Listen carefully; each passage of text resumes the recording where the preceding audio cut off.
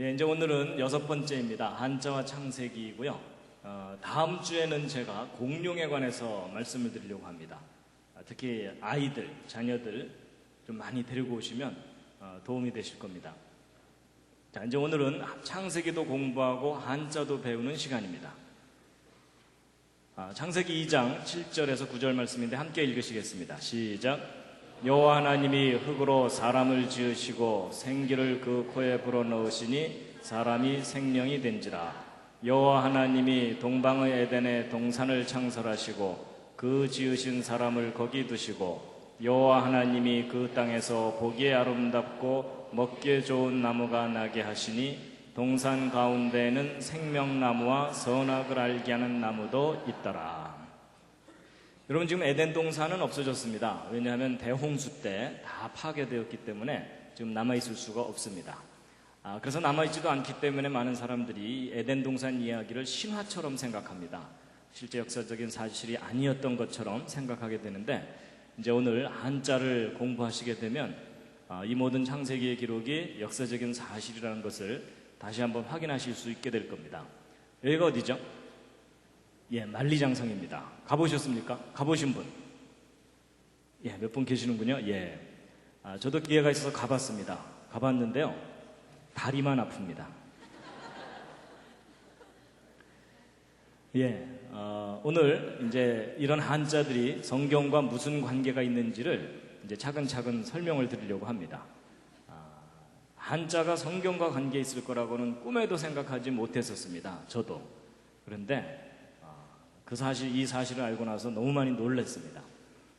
지금부터 대략 4,300년 전쯤에 전 세계적인 대홍수가 있었던 것을 지난번에 말씀드렸었습니다. 그래서 대홍수 이후에 새로운 역사가 다시 시작되었는데요. 우리는 홍수 이전 세상을 잃어버리고 살고 있습니다. 그래서 그 홍수는 창조 후 1656년에 있었던 홍수였고, 그 홍수 끝나고 나서 노아의 후손 중에 아브라함, 이삭, 야곱의 후손이 오늘날 이스라엘 민족이고, 그 다음에 그 나머지 모든 민족들은 이 중간에서 다 갈라져 나간 겁니다. 그래서 중국 사람도 우리 아시아 모든 사람들이 다 이 중간에서 이제 갈라져 나갔다라고 보고 있습니다. 그래서 이제 홍수 이전에 세상을 우리가 잃어버렸는데요. 홍수에 대해서는 지난번에 자세히 말씀을 드렸었습니다. 그래서 전 세계적인 홍수로 이 세상이 완전히 파괴됐었던, 그때 이제 그 방주에 유일하게 한 가족이 타고서 살아남았죠. 노아의 가족입니다. 그때 몇 사람 살아남았죠? 예, 8명이 그때 살아남았다고 되어 있습니다. 그래서 함께 읽으시겠습니다. 시작. 곧 그날에 노아와 그의 아들 셈, 함, 야벳과 노아의 처와 세 자부가 다 방주로 들어갔고, 그래서 그 8명이 그때 살아남았고, 지금 지구상에 살고 있는 모든 사람들은 그 8명의 후손입니다. 그래서 우리는 홍수 이전 세상을 잃어버리고 이제 살고 있는데요.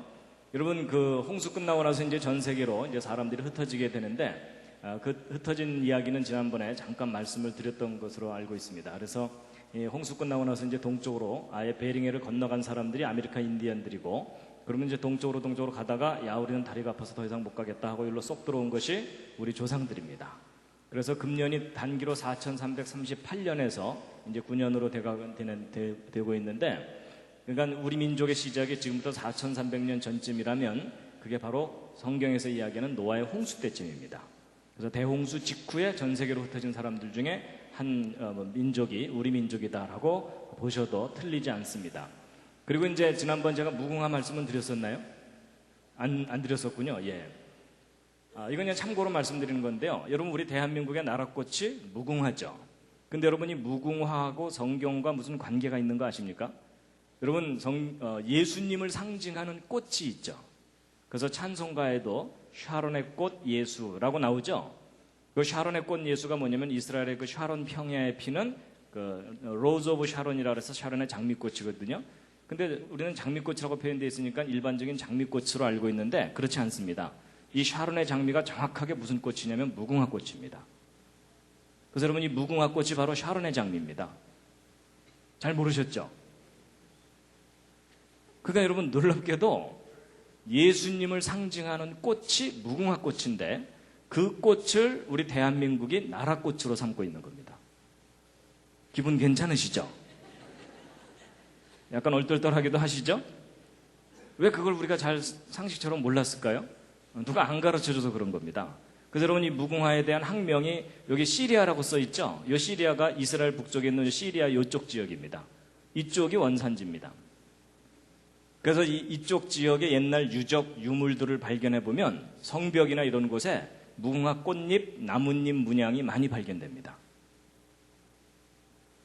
예, 그냥 이것은 참고로 말씀드렸고요. 그 다음에 이제 동쪽으로 가다가 여기 땅 넓어 해 이러면서 살게 된 사람들이 누굽니까? 이게 이제 중국 사람들입니다. 예. 그런데 이 중국 사람들을 포함한 아시아 사람들이 한자를 함께 사용하고 있잖아요. 근데 여러분 이 한자를 발명한 사람들은 중국 본토 사람들이 아닙니다. 연구를 해보면 이 한자는 동이족이라고 이 중국보다는 약간 동북쪽에 살고 있는 사람들이 발명한 것이라고 지금 알려져 있습니다. 그럼 이쪽 사람들이 한자를 발명했다면 우리 조상일 가능성이 아주 높다는 얘기입니다. 그래서 이제 이 한자에 대해서 이제 말씀을 드릴 텐데요. 여러분 이 한자를 발명한 사람들이 성경대로라면 노아의 후손이겠죠? 그렇다면 한자 속에 뭔가 그 근거가 남아있을 텐데 그 대표적인 예가 바로 이제 이 글자입니다. 이 글자는 제가 지난번에 말씀드렸었나요? 아니었군요. 그때 노아 홍수 이야기하면서 시간이 좀 없어서 이 부분은 빠뜨린 것 같습니다. 여러분 이 글자 무슨 글자이죠? 배선자입니다. 그래서 구조선, 유조선, 유람선 이럴 때 배선자인데 이 배선자를 분해를 해보면 배주자에 8팔자에 입구자 이렇게 되어 있는데 이 입구자는 사람의 입을 가리킬 때도 쓰지만 사람의 숫자를 쓸 때도 씁니다. 그러면 배, 8사람 이렇게 되어 있습니다. 8사람이 탄 배. 뭐 떠오르는 배 있으시죠? 예, 성경 창세기의 내용을 아는 사람들은 이게 노아의 방주와 관련되어 있는 것을 생각해낼 수가 있거든요. 여러분 대홍수 때 8명 살아남았거든요. 신기하죠? 근데 이제 이 글자 한 글자만 말씀드리면 어떤 분들은 야, 그 수많은 한자 가운데 어쩌다 한 글자가 성경하고 맞으니까 잘도 껴다 맞췄다. 이제 이러는 분들이 혹 있으실 겁니다. 근데 여러분 어쩌다 한 글자 맞으면 제가 쑥스럽게 이걸 뭘 소개를 해드리겠습니까? 그렇죠? 예, 오히려 반발심이 들죠. 근데 여러분 거꾸로 한번 생각해 보세요. 여러분이 이 한자를 발명한 옛날 사람들이라고 생각해 보자고요. 그럼 배와 관련지어서 왜 하필이면 그 수많은 숫자 중에 8팔자를 썼느냐 하는 겁니다. 여러분 어떤 글자가 오랫동안 사용되고 널리 사용되려면 그 글자를 만든 근거가 확실해야 됩니다. 그렇죠? 그럼 무슨 뚜렷한 근거가 없는 한 8팔자를 배와 관련해서 쓸 이유가 없다는 겁니다. 근데 성경 스토리를 우리가 알면 노아의 홍수 사건이 너무나 중요한 사건이고 그때 8명 살아남은 것이 아주 분명한 사실이었기 때문에 만약에 노아의 후손들이 글자를 만들었다면 이와 같이 만들었을 가능성이 높은 겁니다. 근데 이제 이 글자만 설명드리면 이제 우긴다 그러실까봐 또 다른 글자도 보여드리면요. 여러분 이것은 홍수 그럴 때 그 홍자죠. 그래서 이게 뭐냐면 물숫자하고 함께 공자입니다. 왼쪽이 물숫자죠. 그래서 이것을 풀이를 해보면 물로 함께 멸망당했다 또는 홍수 때에 함께 살아남았다 이렇게 풀이될 수 있는 그런 모양인데 이 함께 공자 밑에도 8팔자가 또 들어있습니다. 희한하게도 배와 관련지어서 물과 관련지어서 8팔이라는 숫자가 자주 발견됩니다. 그리고 이제 이 글자는 조금 어려운 글자입니다. 그 연혁 소개 그럴 때 그 연자인데요. 아마 어른들은 기억하실 겁니다. 개교 기념일이나 회사 창립 기념일 날 기념식을 하는 순서 중에 하나가 뭡니까? 다음은 연혁 소개가 있겠습니다. 뭐 이런 거 있죠. 그 회사의 역사 같은 걸 얘기할 때 쓰는 말이거든요. 역사와 관계된 글자입니다. 근데 이 글자를 풀이를 해보면 물 숫자에 8팔자 입구자거든요. 홍수 후에 8사람으로부터 그 후손들이 이어져 내려갔다라고 하는 인류의 그 역사에 대한 이야기라고 볼 수 있는데 여러분 성경을 보면은 아라랏산에서 나온 노아의 그 8가족이 아마도 강을 따라서 아래쪽으로 내려가면서 정착하면서 살았을 거거든요. 그랬을 때 이 연자는 그 자체의 뜻은 물 따라 내려가다 이런 뜻을 가진 글자입니다. 그래서 아마 노아의 후손들도 물 따라 내려가면서 살았고 또 이 큰 산맥을 넘어서 동쪽으로 이제 이동을 해야 되거든요. 그럼 큰 산을 넘고 난 다음에는 강을 따라서 하류로 내려가면서 정착하면서 살게 됩니다. 그래서 그것과 관계된 글자일 거다라고 추정하고 있습니다. 그리고 이제 이 글자는요, 운반하다 그럴 때 반자입니다. 나를 반자인데 이걸 분해를 해보면은 이 왼쪽에 있는 요 글자가 손수자고, 그 다음에 배주자, 8팔자, 또 우자 이렇게 돼 있습니다. 그러니까 손으로 배에다가 8사람이 계속해서 뭔가를 옮기고 있는 것을 나타낸 글자입니다. 근데 성경 기록을 보면 하나님께서 노아에게 동물들을 방주에 다 싣게 하신 후에 또 식량을 옮겨 실으라는 명령을 하십니다. 그래서 성경 창세기 6장 21절을 보면요, 너는 먹을 모든 식물, 먹을 것을 네개로 가져다가 저축하라 이러면서 방주에 실는 것을 명령하시는데, 그것과 관계된 글자일 거라고 보고 있습니다. 잘 껴맞추죠. 그런데 이제 한자 중에 참 신기한 글자가 하나 있습니다. 바로 이제 이 글자입니다. 이거 무슨 뜻이죠? 이게 지을, 조, 만들다라는 뜻을 가진 글자입니다. 그럼 도대체 저 글자가 무엇을 만드는 글자인가 하는 건데요. 여러분, 이 글자를 분해를 해보면 이 흑토자의 삐침에 입구자의 책받침이라고 보통 배우셨죠? 한자 배우실 때. 근데 이제 우리가 보통 책받침이라고 배우지만 이것의 원형 글자가 이겁니다. 이게 뭐냐면 이게 터럭삼자입니다. 그래서 사람의 긴 머리카락을 의미합니다. 그리고 몸, 팔, 두 다리. 그래서 긴 머리를 가진 사람이 이렇게 착 하고 걷는 그런 모양을 나타낸 글자입니다. 그래서 이게 이제 그 뜻도 쉬엄쉬엄 가다, 달리다 이런 뜻을 가진 착자입니다. 그 다음에 이제 요 삐침이라고 알려진 이 글자는 모양새가 이렇게 삐쳐 있는 것처럼 돼 있어가지고 그렇지, 이 글자의 원래 뜻이 무슨 글자냐면은 이 생명입니다. 생명을 표시하는 글자입니다. 그래서 생명할 때 그 날생자에도 여기 삐침 붙어 있죠? 근데 요 두 글자를 비교해보면 그 뜻이 아주 분명해집니다. 여러분, 이 왼쪽에 있는 호자가 무슨 호자일까요? 저게 집, 호, 그래서 아파트 몇 동, 몇 호 할 때 그 호자입니다. 그리고 이 시자는 뭐죠? 주검시라 그래서 사람 죽은 시체를 의미합니다. 그럼 여러분, 왼쪽에 있는 건 사람이 살고 있는 집이고 오른쪽은 죽은 시체죠? 뜻이 정반대이잖아요? 근데 이 글자가 비슷한데 차이가 뭐냐면 요에 삐침 하나 차이죠. 그러니까 뭐가 없으니까 시체입니까? 생명이 없기 때문에 시체, 이렇게 되는 겁니다. 그 뜻이 아주 분명해지죠? 그럼 여러분이 이 글자가 이제 풀이가 됩니다. 보세요. 흙에 생명을 불어넣어서 말하고 걷게 한 것, 이런 뜻입니다. 여러분, 저 글자에 해당되는 사람은 딱 한 사람밖에 없습니다. 사람 중에는. 누구죠? 아담입니다. 여러분, 성경을 보면 하나님께서 여호와 하나님이 흙으로 사람을 지으시고 생기를 그 코에 불어넣으시니 사람이 생명이 된지라, 이렇게 돼 있죠?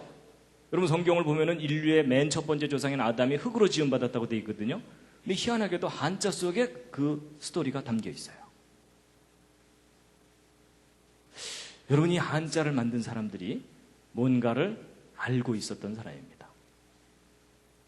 여러분, 인류 가운데 아담만 흙으로 지음받았어요. 하와도 아담의 갈비뼈로 만들어졌고요. 여러분과 저는 어머니 태로부터 나와요. 그렇죠? 그러니까 이 글자에 해당되는 사람은 아담밖에 없어요. 참 신기하죠? 그러니까 여러분, 흙으로 사람이 만들어졌다는 것은 이 성경을 알았던 사람들만 알았던 게 아니고요. 고대 동양 사람들도 그 사실을 알았었다는 얘기입니다. 근데 여러분, 사람의 조상, 그러니까 이 아담이 흙으로 만들어졌다는 거 믿으시나요? 표정을 보아서는 지금 거의 안 믿으시는 표정입니다. 근데 여러분, 아담이 흙으로 만들어졌다는 말이 과학적인 말입니까? 비과학적인 말입니까? 옆에 있는 분과 한번 상의해 보시죠. 자, 아담이 흙으로 만들어졌다는 건 과학적인 이야기다라고 생각하시는 분. 예, 여러분 계시고요. 아니다, 이건 좀 비과학적인 이야기다. 예, 그럼 나머지 분들은요? 들어보고 결정하시겠다, 이런 표정이시네요. 여러분, 저도 예전에는 흙으로 사람이 만들어진다는 건 비과학적인 것이라고 생각했습니다.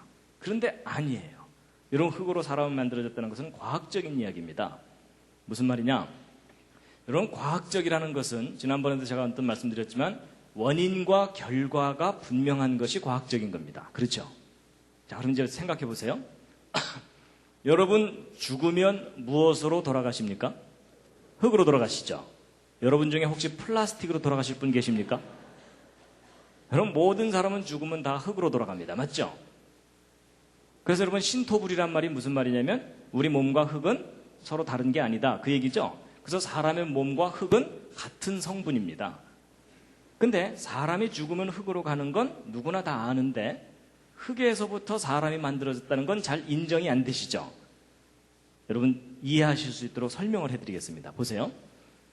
여러분 흙을 한 사 퍼서 어린아이들을 주면 어린아이들은 하루 종일 흙장난하고 놀다가 기껏 만드는 게 두꺼봐 이러면서 두꺼비집 하나 만듭니다. 그렇죠? 근데 그 똑같은 흙을 한 사 퍼가지고 여러분을 드리면 여러분은 나름대로 그릇 하나씩 만드실 수 있을 겁니다. 그렇죠? 그리고 여러분 중에 정말 솜씨가 좋으신 분들은 이런 도자기도 만드실 수 있겠죠?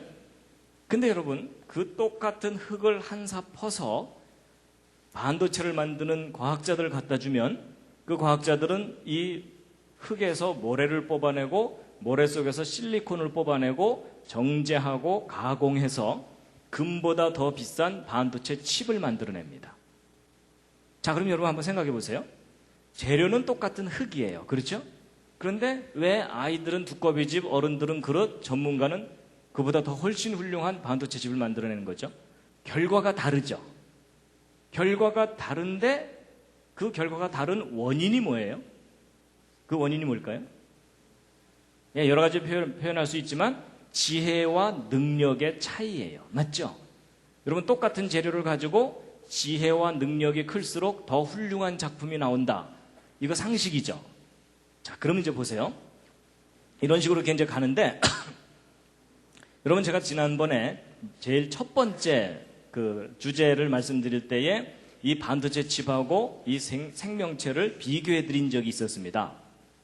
뭐 이미 지나간 추억이 되셨겠지만 하여튼 그런 적이 있었습니다. 그때 제가 이 반도체 칩과 세포의 정보 저장 능력에 대해서 비교를 해드린 게 있는데 여러분 요 밑에 있는 칩 640권 새로 개발된 것 이 속에 책 2만 권을 집어넣는다 그랬죠? 근데 이 오른쪽 세포에는 대략 백과사전 1000권 정도의 유전 정보가 들어있다 그랬죠? 근데 여러분 숫자상으로는 왼쪽에 더 커 보이지만 여러분 이 세포를 반도체 칩 위에다가 올려놓으면 보여요? 안 보여요? 보이지도 않을 정도로 지극히 작은 곳에 1000권이 들어있는 거예요. 그럼 여러분 이 둘을 똑같은 크기로 비교하면 이 오른쪽 세포가 1억 배가 넘습니다. 여러분 어느 게 더 훌륭한 작품인지 구별이 되시죠? 이거 구별 못하시는 분들은 잘 돌봐드려야 됩니다. 근데 여러분 이 반도체 칩이나 세포나 똑같이 재료가 뭐예요? 흙이에요. 그렇죠? 그렇다면 인간보다 훨씬 뛰어난 지혜와 능력이 있다면 흙으로 사람을 만드는 일이 가능하다, 불가능하다요? 가능하다라는 겁니다. 그래서 여러분 보세요. 어린아이 두꺼비집, 어른 그릇, 전문가 반도체 칩, 이보다 더 훨씬 뛰어난 지혜와 능력이 있다면 흙으로 생명을 만드는 일이 불가능한 일이 아니다라는 겁니다. 그렇죠? 중요한 요점은 지혜와 능력이 문제이지 흙으로 사람이 만들어지는 일은 불가능한 일이 아닙니다. 이해가 되시나요? 하여튼 저는 그렇게 우기고 살고 있습니다. 그래서 흙으로 사람이 만들어졌다는 것은 과학적인 이야기다라고 저는 생각합니다. 자, 여러분 지금부터 이제 소개해드린 이 한자 이야기는 바로 이 책입니다. 창세기의 발견이라는 꽤 오래전에 나온 책인데 사람들에게 널리 알려지지를 않았습니다. 그동안. 그래서 C.H. 강이라고 하는 중국계 목사님과 에델 넬슨이라는 미국인이 그동안 발표된 논문 여러 가지 자료들을 종합해서 한자와 성경과의 관계를 밝혀낸 책입니다. 근데 이 책을 그대로 번역한 책이 이제 창세기와 중국 문자라는 책입니다. 근데 아쉽게도 이 책은 절판이 됐습니다. 예. 그리고 이제 그 밖에 다른 책들이 이제 나와 있습니다. 자, 여러분 이 빨간색 이게 뭘까요?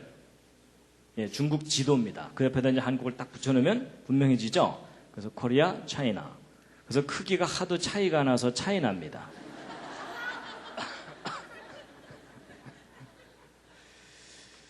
그래서 이 중국을 포함한 아시아 사람들이 이렇게 이제 한자를 사용하고 있는데요. 기왕 이제 중국 한자 얘기를 해야 되니까 중국 잠깐 함께 구경하시겠습니다. 북경 천안문입니다. 그 천안문 사태 때문에 전 세계에 널리 알려지게 됐고, 천안문의 야경이고요. 이 천안문 안쪽에는 고궁이라고 하는, 우리한테는 자금성이라고 알려진 큰 이제 성이 있습니다. 여기 뭐 아주 어마어마한 건물들이 이렇게 있고 여기서 여기까지 들어가려면은 외국 사신들이 여기서부터 여기까지 들어가려면 기가 팍 죽을 정도로 크게 만들어 놨습니다. 그리고 이제 그 청조 때의 서태후의 여름별장이라고 하는 이화원입니다. 예, 그래서 뭐 어마어마한 규모의 이제 별장을 이렇게 만들어 놓은 곳이 또 있고요. 그 다음에 이제 천단공원이라 그래서 옛날 명나라, 청나라 시절에 황제가 상제에게 제사 지내던 장소입니다. 그리고 이제 그 밖에 이제 중국식 건물인데 우리 건물하고는 좀씩 다르죠? 그런데 중국이 너무나 짧은 시간 내에 급변했습니다. 그래서 여기도 중국입니다. 여기가 이제 그 상해입니다. 상해 푸동이라고 하는 그 신시가지인데 이 상해에 살고 있는 사람들은 자기들을 중국 사람들이라고 부르면 싫어한답니다. 상해 사람이라고 불러달라. 뭐 이렇게 얘기한답니다. 북한의 김정일이 이 상해에 방문했다가 큰 충격을 받았죠. 예, 그래서 우리도 뭐 좀 하자고 뭐 이러면서 이제 하다가 된 것 중에 하나가 지금 평양과학기술대학을 지어주는 일이 지금 진행되고 있습니다. 그래서 이제 신시 가지고 그 반대편 이쪽에는 이제 구시 가지인데 옛날 독일 사람들이 개발해서 유럽식 건물들이 이렇게 있고요. 하여튼 중국은 지금 너무나 빠르게 발전하고 있습니다.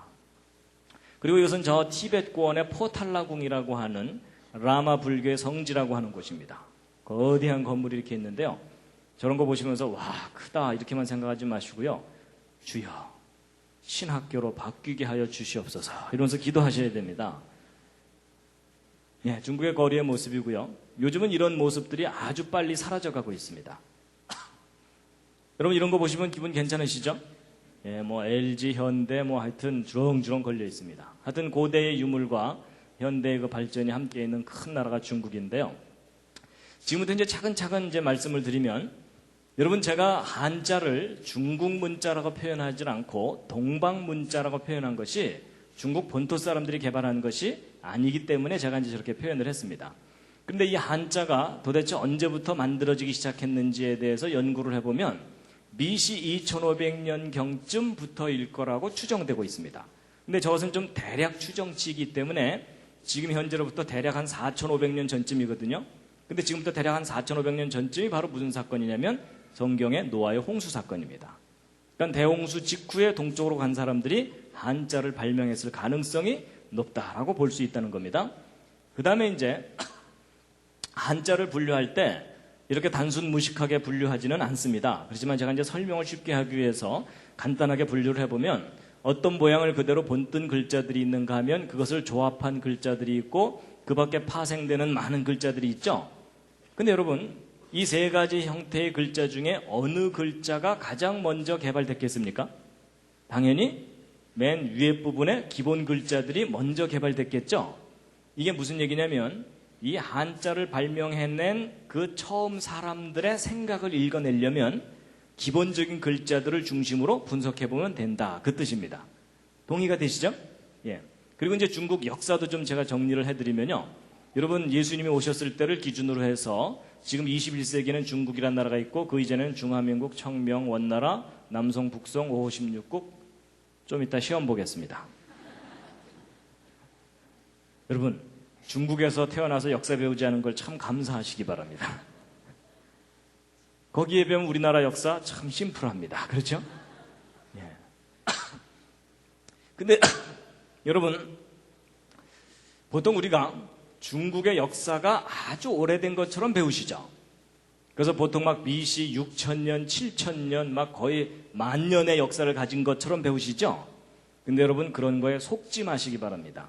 여러분 역사라는 게 있고 선사라는 게 있습니다. 히스토리와 프리히스토리가 있는데 여러분 역사와 선사를 구별하는 기준이 뭐죠? 그게 기록을 통해서 객관적으로 검증할 수 있는 것까지만 역사라고 합니다. 그렇죠? 근데 여러분 그 긴 중국의 역사도 엄밀한 의미에서 기록을 통해서 확인할 수 있는 역사는 결코 그렇게 길지 않습니다. BC 15세기 정도가 최대입니다. 그러니까 은나라의 흔적이 좀 남아있고 주나라 이후가 제대로 된 역사이고 그 이전은 선사에 해당됩니다. 근데 여러분 BC 15세기가 언제냐면 성경의 기록으로 볼 때 모세가 출애굽할 때쯤입니다. 그러니까 여러분 그렇게 긴 역사를 가졌다는 중국조차도 그 역사가 BC 15세기를 넘어가지 않고 그리고 기록을 통해서 최대의 역사가 하나라 뭐 이런 사망오제 이런 때거든요. 그렇기 때문에 이 BC 25세기를 크게 넘어가지 않습니다. 결국 노아 홍수 그 시간을 뛰어넘는 역사라는 것이 없다는 얘기입니다. 그리고 이제 우리나라 역사도 이제 비교를 해놓은 건데, 소위 그 고구려 백제 신라가 예수님 오셨을 때쯤 시작됐고, 그 이전이 이제 고조선인데, 사실 이 고조선이라는 나라도 좀 막연한 기록만 있습니다. 그렇죠? 예. 그래서 이제 그 성경 역사하고 비교해 보면 대홍수 이후에 중국의 역사도 우리 고조선의 역사도 시작됐다라고 보시면 된다는 겁니다. 그리고 우리는 그 이전 세상은 잃어버린 겁니다. 그래서 이런 관점으로 본다면요, 인류의 역사가, 그러니까 기록을 통해서 확인할 수 있는 역사가 그렇게 길지 않다는 이야기가 거꾸로 대홍수가 있었다는 것에 대한 큰 증거가 됩니다. 자, 그 다음에 이제 여러분 그 동양의 대표적인 종교와 사상이 뭐죠? 예, 대표적인 종교는 불교고 대표적인 사상은 유교죠. 그래서 여러분과 저도 비록 기독교인이 됐기는 했지만 저 불교와 유교의 뿌리 깊게 남아 있어요. 맞죠? 예. 그래서 이제 우리가 이 영향을 참 많이 받았는데, 근데 이제 질문을 좀 바꿔서요, 이 동양의 뿌리가 되는 종교가 뭐냐라고 질문을 하면 대답이 달라집니다. 일단 불교나 유교는 뿌리가 되는 종교일 수가 없습니다. 왜냐하면 불교나 유교는 석가모니나 공자 등에 의해서 시작됐는데 이 사람들이 BC 5세기, 6세기 이때쯤 사람들이거든요. 근데 동양 사람들은 이미 그 이전부터 살고 있었죠. 그렇다면 뿌리가 되는 종교를 알아내려면 그 이전 사람들이 갖고 있던 종교를 밝혀내야 됩니다. 그렇죠. 그런데 그 이전 사람들이 어떤 종교 형태가 있었는지를 알아내려면 무엇을 연구해보면 되냐면 바로 한자입니다. 여러분, 한자가 대략 이때쯤 만들어지기 시작했다고 추정하고 있거든요. 그렇다면 이 사람들이 어떤 종교 형태를 가지고 있었다면, 그리고 그들이 어떤 신을 숭배했다면 그것이 그들의 글자 속에 흔적으로 남아있을 수 있겠죠. 그래서 이제 그걸 찾아내면 되는데 별로 어렵지 않습니다. 그것을 알아내려면 종교, 제사, 기도 이런 것과 관계된 한자들을 분석해 보면 됩니다. 자, 다 같이 한번 써보시겠습니다.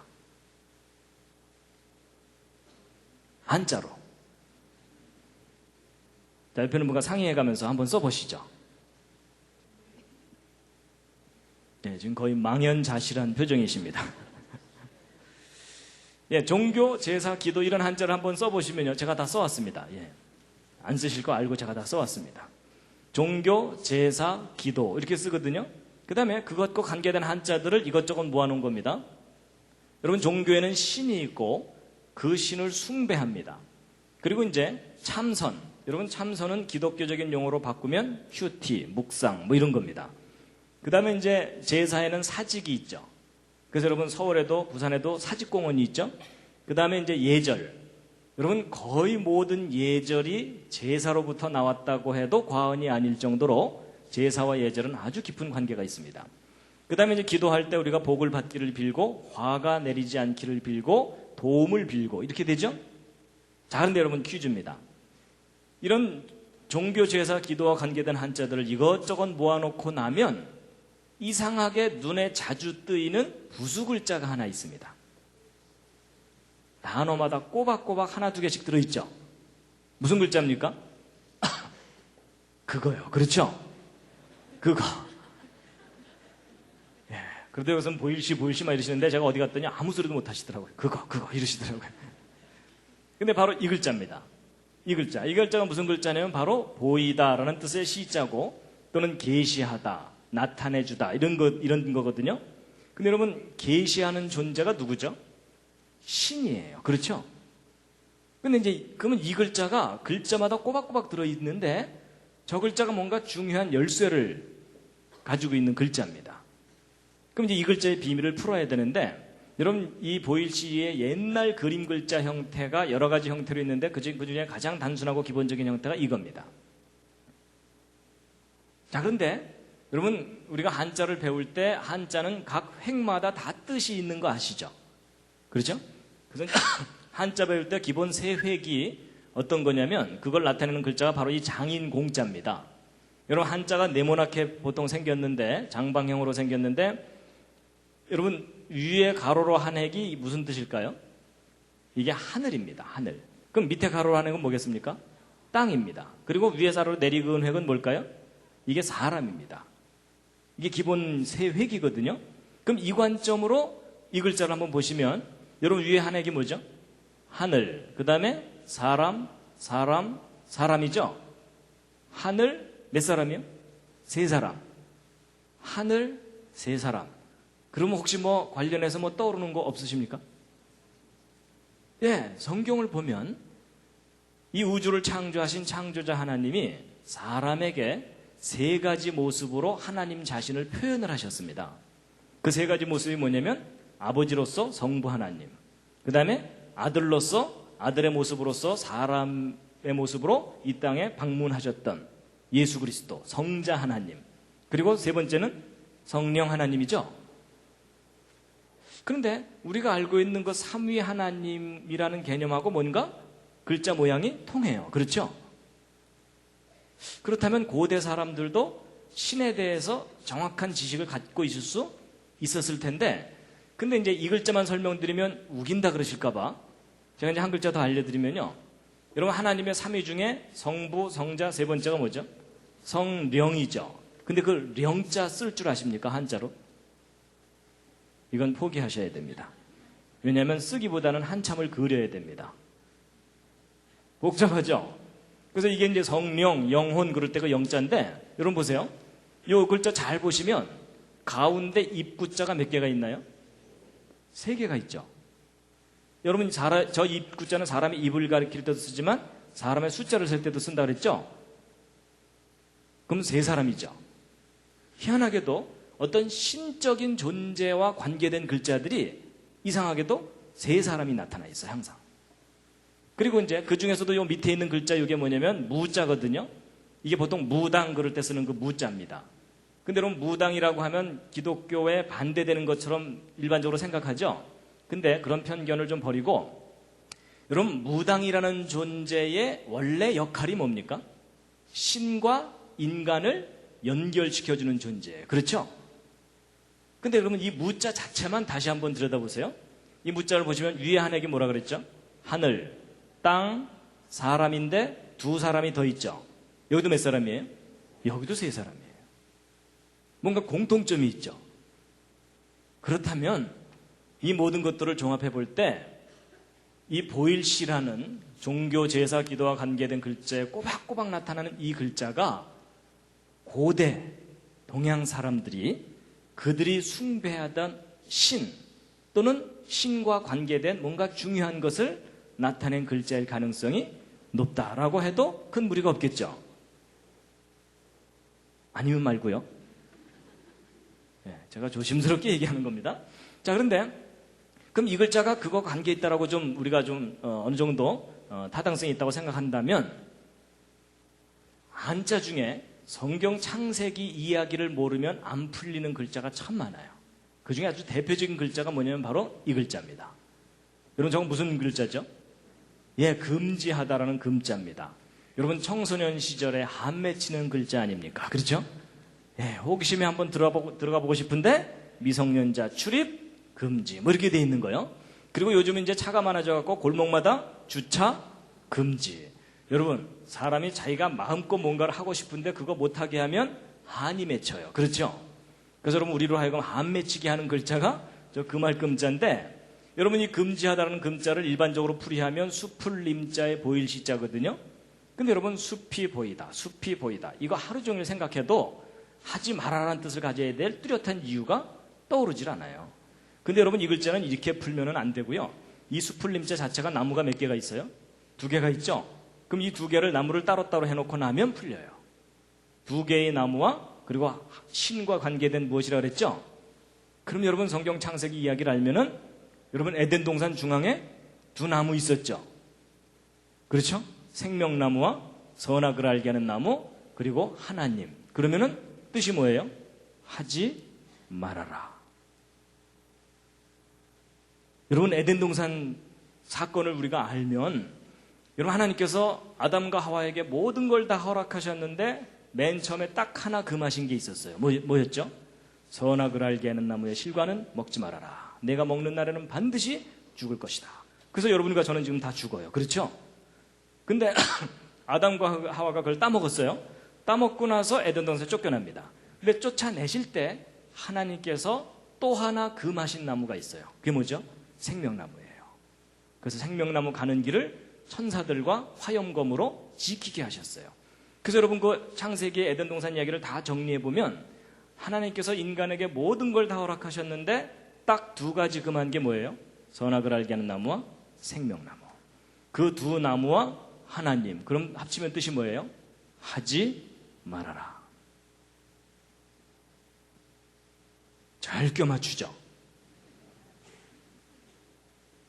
그런데 여러분 그렇게 풀이될 수 있는 모양을 하고 있는 게 너무 신기하지 않으세요?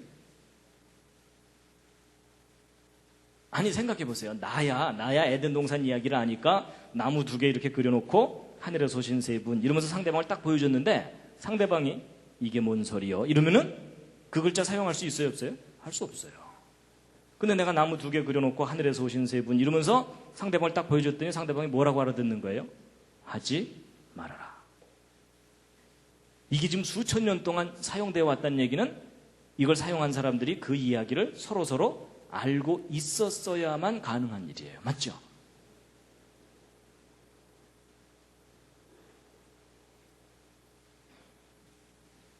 신기하죠?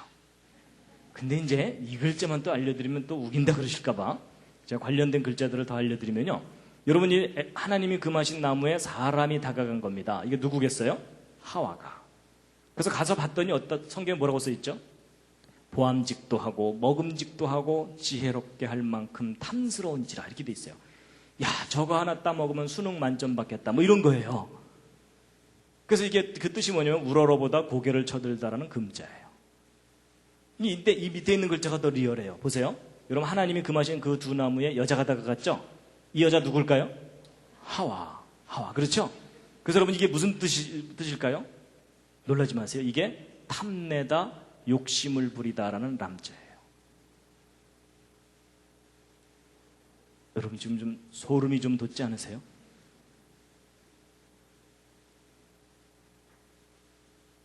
여러분 에덴 동산 얘기가 신화인 줄 알았는데 고대 동양 사람들이 알고 있던 얘기였어요. 근데 이제 탐내고 욕심 부린 걸로 끝났으면 다행인데 드디어 행동 개시. 하나님이 금하신 그 두 나무에 손을 갖다 댄 거예요. 이게 뭐냐면 만지다 가까이 하다라는 마자예요. 이건 가릴 엄자인데 귀신이 자기 정체를 숨기고 뭐 이런 의미로 볼 수 있어요. 그리고 여러분 에덴 동산에 등장하는 우리의 왼수 있죠. 뭐예요? 뱀, 비암. 그렇죠? 예. 여러분 그 뱀이 하와를 유혹하잖아요. 근데 계시록에 보면 그 뱀의 정체가 나옵니다. 함께 2줄만 읽겠습니다. 시작. 옛 뱀, 곧 마귀라고도 하고 사단이라고도 하는 온 천하를 꿰는 자라. 이렇게 돼 있죠? 여러분 옛 뱀이 뭐냐면 그 에덴 동산의 그 뱀입니다. 그 뱀이 정체가 곧 뭐라고요? 마귀. 여러분 마귀 좋아하세요? 싫어하시죠? 근데 여러분 마귀자 쓸 줄 아세요? 한자로? 여러분 마귀자 이렇게 써요. 마귀. 그래서 여러분 이게 악마, 사탄인데 잘 보세요. 두 나무와 관계된 귀신.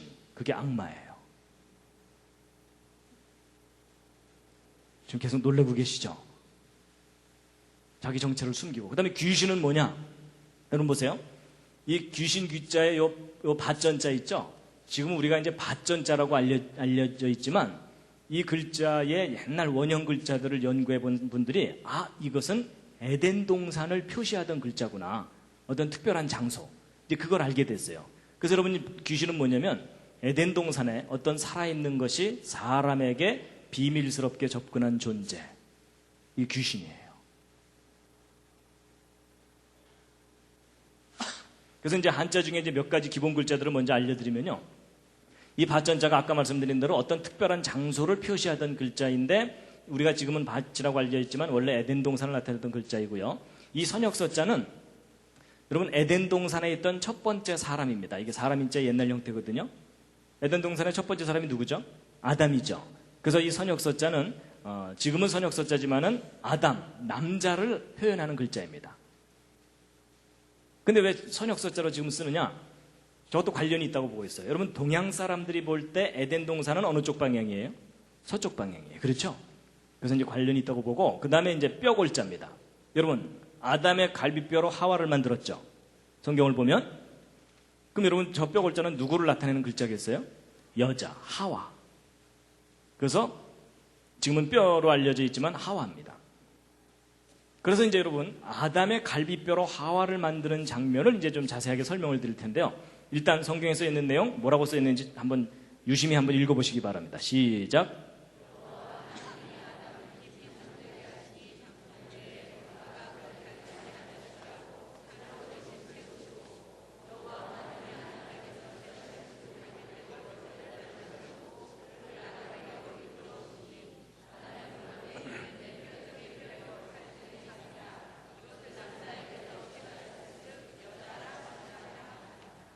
예, 여러분, 여자는, 하와는 아담의 갈비뼈로 만들어졌다고 성경에 되어 있습니다.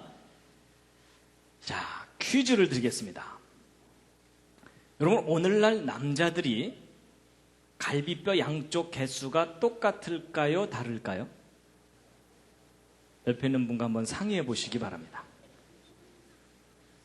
자, 그리고 남자분들은 한번 튕겨 보시기 바랍니다. 띠리리리리링. 아니, 옆에 있는 분하고 싸우셨나요? 왜 서로 상의를 안 하시나요? 자, 확인해 보겠습니다. 1번 똑같을 거다. 2번 다를 거다. 이제 하나가 없을 거다. 3번 잘 모르겠다. 이 중에 택하시면 됩니다. 자, 뭐 서로 모르니까 우기셔도 됩니다. 자, 1번 오늘날 남자들 갈비뼈 양쪽 개수가 똑같을 거다. 오, 그 중에 내가 확인해 봤다. 예, 대부분 이제 확인 안 하시고 그냥 우기시는 거죠. 예, 내려주시고요. 자, 2번 아니다. 오늘날 남자들 갈비뼈 하나가 없을 거다. 꽤 많이 손 드셨죠? 예, 지금 손 드신 분들을 잘 돌봐드리시기 바랍니다.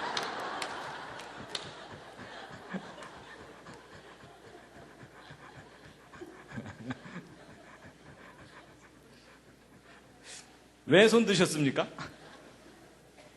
아담의 갈비뼈로 하와를 만들었으니까 남자들은 갈비뼈 하나 없어야 된다. 이 생각 때문에 손 드셨죠?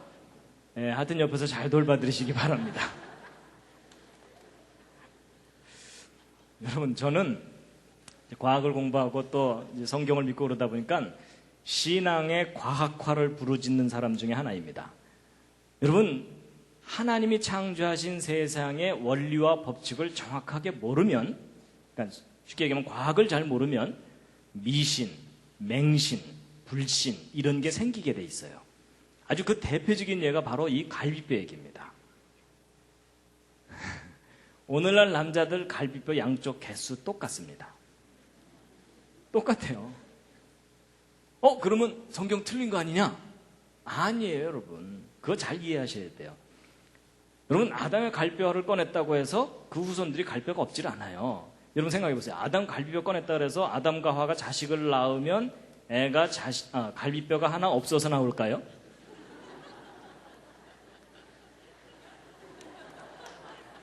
아닌 거 짐작하시겠죠? 여러분, 만약에 그런 식으로 유전이 되는 거라면 문제가 심각해져요. 여러분, 조상님 중에 논에 나가서 낫질하다가 손가락 잘린 분, 자식을 낳았더니 애가 손가락이 하나 없어서 나와.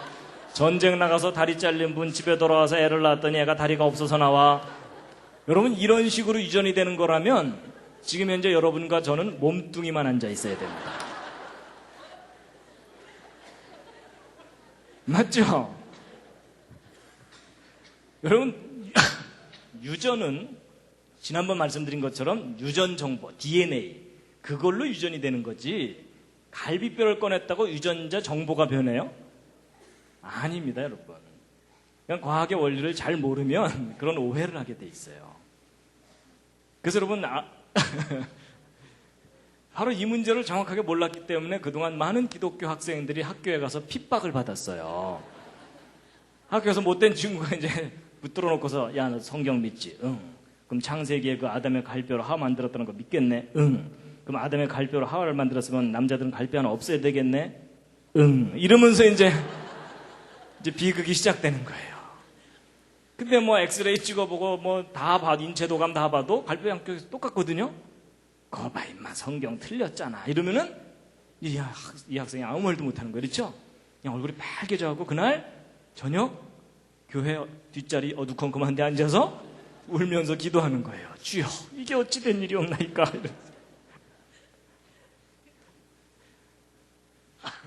그래서 여러분 아담 갈비뼈 꺼냈다고 남자들 갈비 하나 없애야 된다. 이건 잘못된 생각입니다. 예, 그거 아니에요. 자, 그런데 여러분 또 여러분 아담의 갈비뼈를 꺼내서 여자를 만들었다. 하와를 만들었다. 이거 과학적인 이야기입니까? 비과학적인 이야기입니까? 이젠 분위기상 과학적인 얘기라고 대답은 해야 될 것 같은데 뭐 좀 떠오르는 아이디어가 없으시죠? 여러분 예전에는요, 야야 그 아담 갈비뼈로 하와를 만들었다는 그런 황당한 창세기를 내가 어떻게 믿냐 이러면서 사람들이 못 믿었거든요. 근데 요즘은 그런 얘기하면 바보입니다. 왜냐하면 여러분 요즘 인간 복제 많이 들어보셨죠? 그게 뭐 하는 거예요? 여러분 몸에 있는 세포 하나 떼어내 갖고 여러분과 똑같은 사람을 또 하나 만든다는 거예요. 맞죠? 그럼 여러분 그게 무슨 얘기냐면 우리 몸의 일부를 떼어내서 또 하나의 사람을 만드는 일이 가능하다, 불가능하다? 가능하다고 지금 과학자들이 외치고 있잖아요. 그렇죠? 과학적으로 가능하다고. 근데 여러분 아담의 갈비뼈를 꺼내서 하와를 만들었다는 얘기는 그 요약하면 뭐예요? 아담의 몸의 일부를 떼어내서 또 하나의 사람을 만들었다는 얘기죠. 그게 무슨 얘기예요? 생명이 복제될 수 있다는 얘기죠. 그렇죠? 그 얘기가 그 얘기예요. 맞죠? 저는 오히려 이 띨띨한 인간도 세포 하나만 떼어내도 또 하나의 사람을 만들 수 있다고 우기는데 그 전능하신 분께서 왜 하필이면 뭉태기로 떼내셨을까? 전 그게 오히려 이상해요. 근데 아마 세포 하나만 떼냈다면 우리가 이해를 못 하실까봐 뭉태기로 떼내셨나? 전 그런 생각도 해봤어요.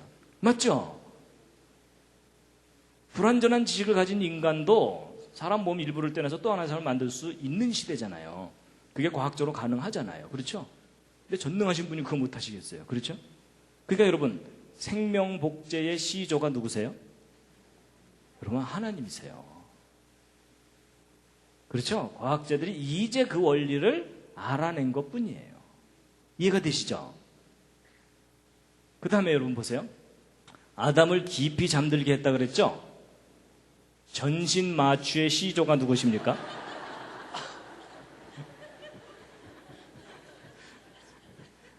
여러분 요즘은 마취 기술이 개발돼서 쉽게 마취들을 잘 하지만 옛날에 얼마 전까지 마취제 개발된 지 얼마 안 됐어요. 그 이전에는 수술할 때 어떻게 했겠어요? 막 다리 썩어 들어가는 사람들 그냥 묶어놓고 톱으로 자르는 수밖에 없어요. 맞죠? 그게 얼마나 끔찍한 일이에요. 근데 여러분 성경을 봤더니 뭐가 써 있어요? 갈비뼈를 꺼내는 치명적인 수술을 해도 모를 정도로 깊이 잠들었다고 돼 있죠? 그렇다면 인간이 죽지는 않으면서도 고통을 느끼지 않으면서 긴 시간 동안 잠들어 있을 수가 있다는 얘기죠. 그게 마취제를 개발한 동기 중에 하나예요. 참 희한하죠? 성경이 훨씬 먼저고 훨씬 과학적인 이야기가 되어 있습니다. 그 다음에 이제 여러분 아담의 갈비뼈를 꺼내서 하와를 만들었다고 되어 있죠? 근데 갈비뼈 꺼낸 자리를 성경을 보면 어떻게 되어 있다고요? 살로 대신 채웠다 이렇게 되어 있죠? 근데 여러분 요 과정을 그대로 나타낸 글자가 뼈골자예요. 자, 뼈골자 한번 주의 다시 한번 보세요. 여러분 이 뼈골자를 보시면 요 밑에는 요 달월자 있죠? 근데 이제 한자 배우시는 분들은 알지만 달월자 중에도 하늘에 있는 달을 나타내는 달월자도 있지만 살육자를 줄인 달월자가 있어요. 그걸 육달월이라고 해요. 그래서 요거는 육달월에 해당되는 달월자입니다. 그 다음에 요것이 덮는다라는 뜻을 가진 덮을 멱자거든요. 그럼 여러분 요 뼈골자 잘 보세요. 아담 가슴 속에 무언가를 꺼냈어요. 꺼내고 살로 대신 채우고 덮었어요. 그래서 거기서 꺼낸 게 뭐예요? 뼈죠. 그 뼈로 누굴 만들었어요? 하와를 만든 거예요. 잘 껴맞추죠. 그런데 여러분 그렇게 설명될 수 있는 모양을 하고 있는 것이 참 신기하죠. 여러분 지금은 여기 이렇게 꺾어진 거로 이렇게 되어 있지만 옛날 그림 글자 중에는 이게 드립자로도 되어 있어요. 아담 가슴 안쪽에 손을 집어넣어서 꺼낸 그런 거예요. 그거 참 신기하죠?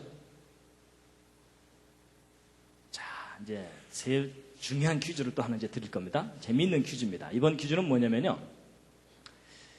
여러분, 이제 우리는 성경 보통 읽으면서 하나님께서 뭐 꺼내서 만드셨는가 보다 이렇게 그냥 넘어가 버리잖아요. 근데 여러분 좀 더 구체적으로 생각해 보세요.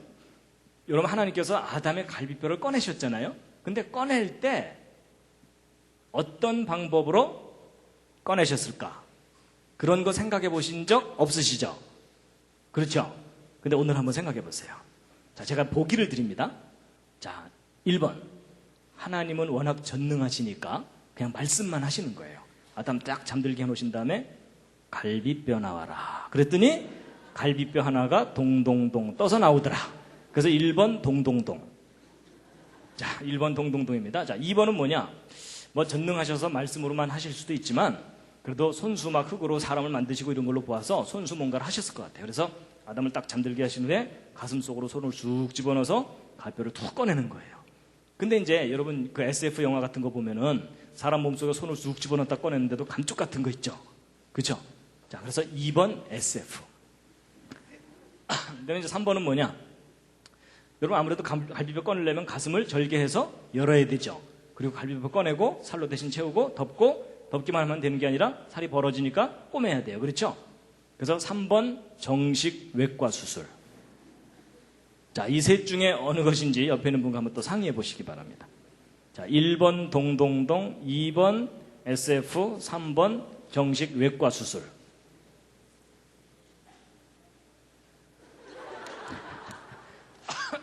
자, 이제 확인해 보겠습니다. 서로 모르니까 우기셔도 됩니다. 예, 재미삼아 그냥 한번 풀어보시면 됩니다. 자, 전능하시기 때문에 말씀만으로 하셨을 거다. 자, 1번 동동동. 동동동일 거다. 자, 지금 손 드신 분들은 만화를 많이 보신 분들입니다. 내려주시고요. 자, 2번 아니다. 말씀만으로 하셨지만 손을 직접 넣는데 솜씨는 좋아갖고 감쪽같이 하셨을 거다. 자, 2번 SF. 자, 지금 손 드신 분들은 공상과학 영화를 많이 보신 분들입니다. 자, 내려주시고요. 자, 3번 정식 외과 수술하셨을 거다. 자, 지금 손 드신 분들은 하나님의 전능하심을 잘 안 믿는 분들입니다. 하나님께서 직접 피 튀겨 가시면서 천사들한테 겸자 어딨어 겸자 뭐 이러면서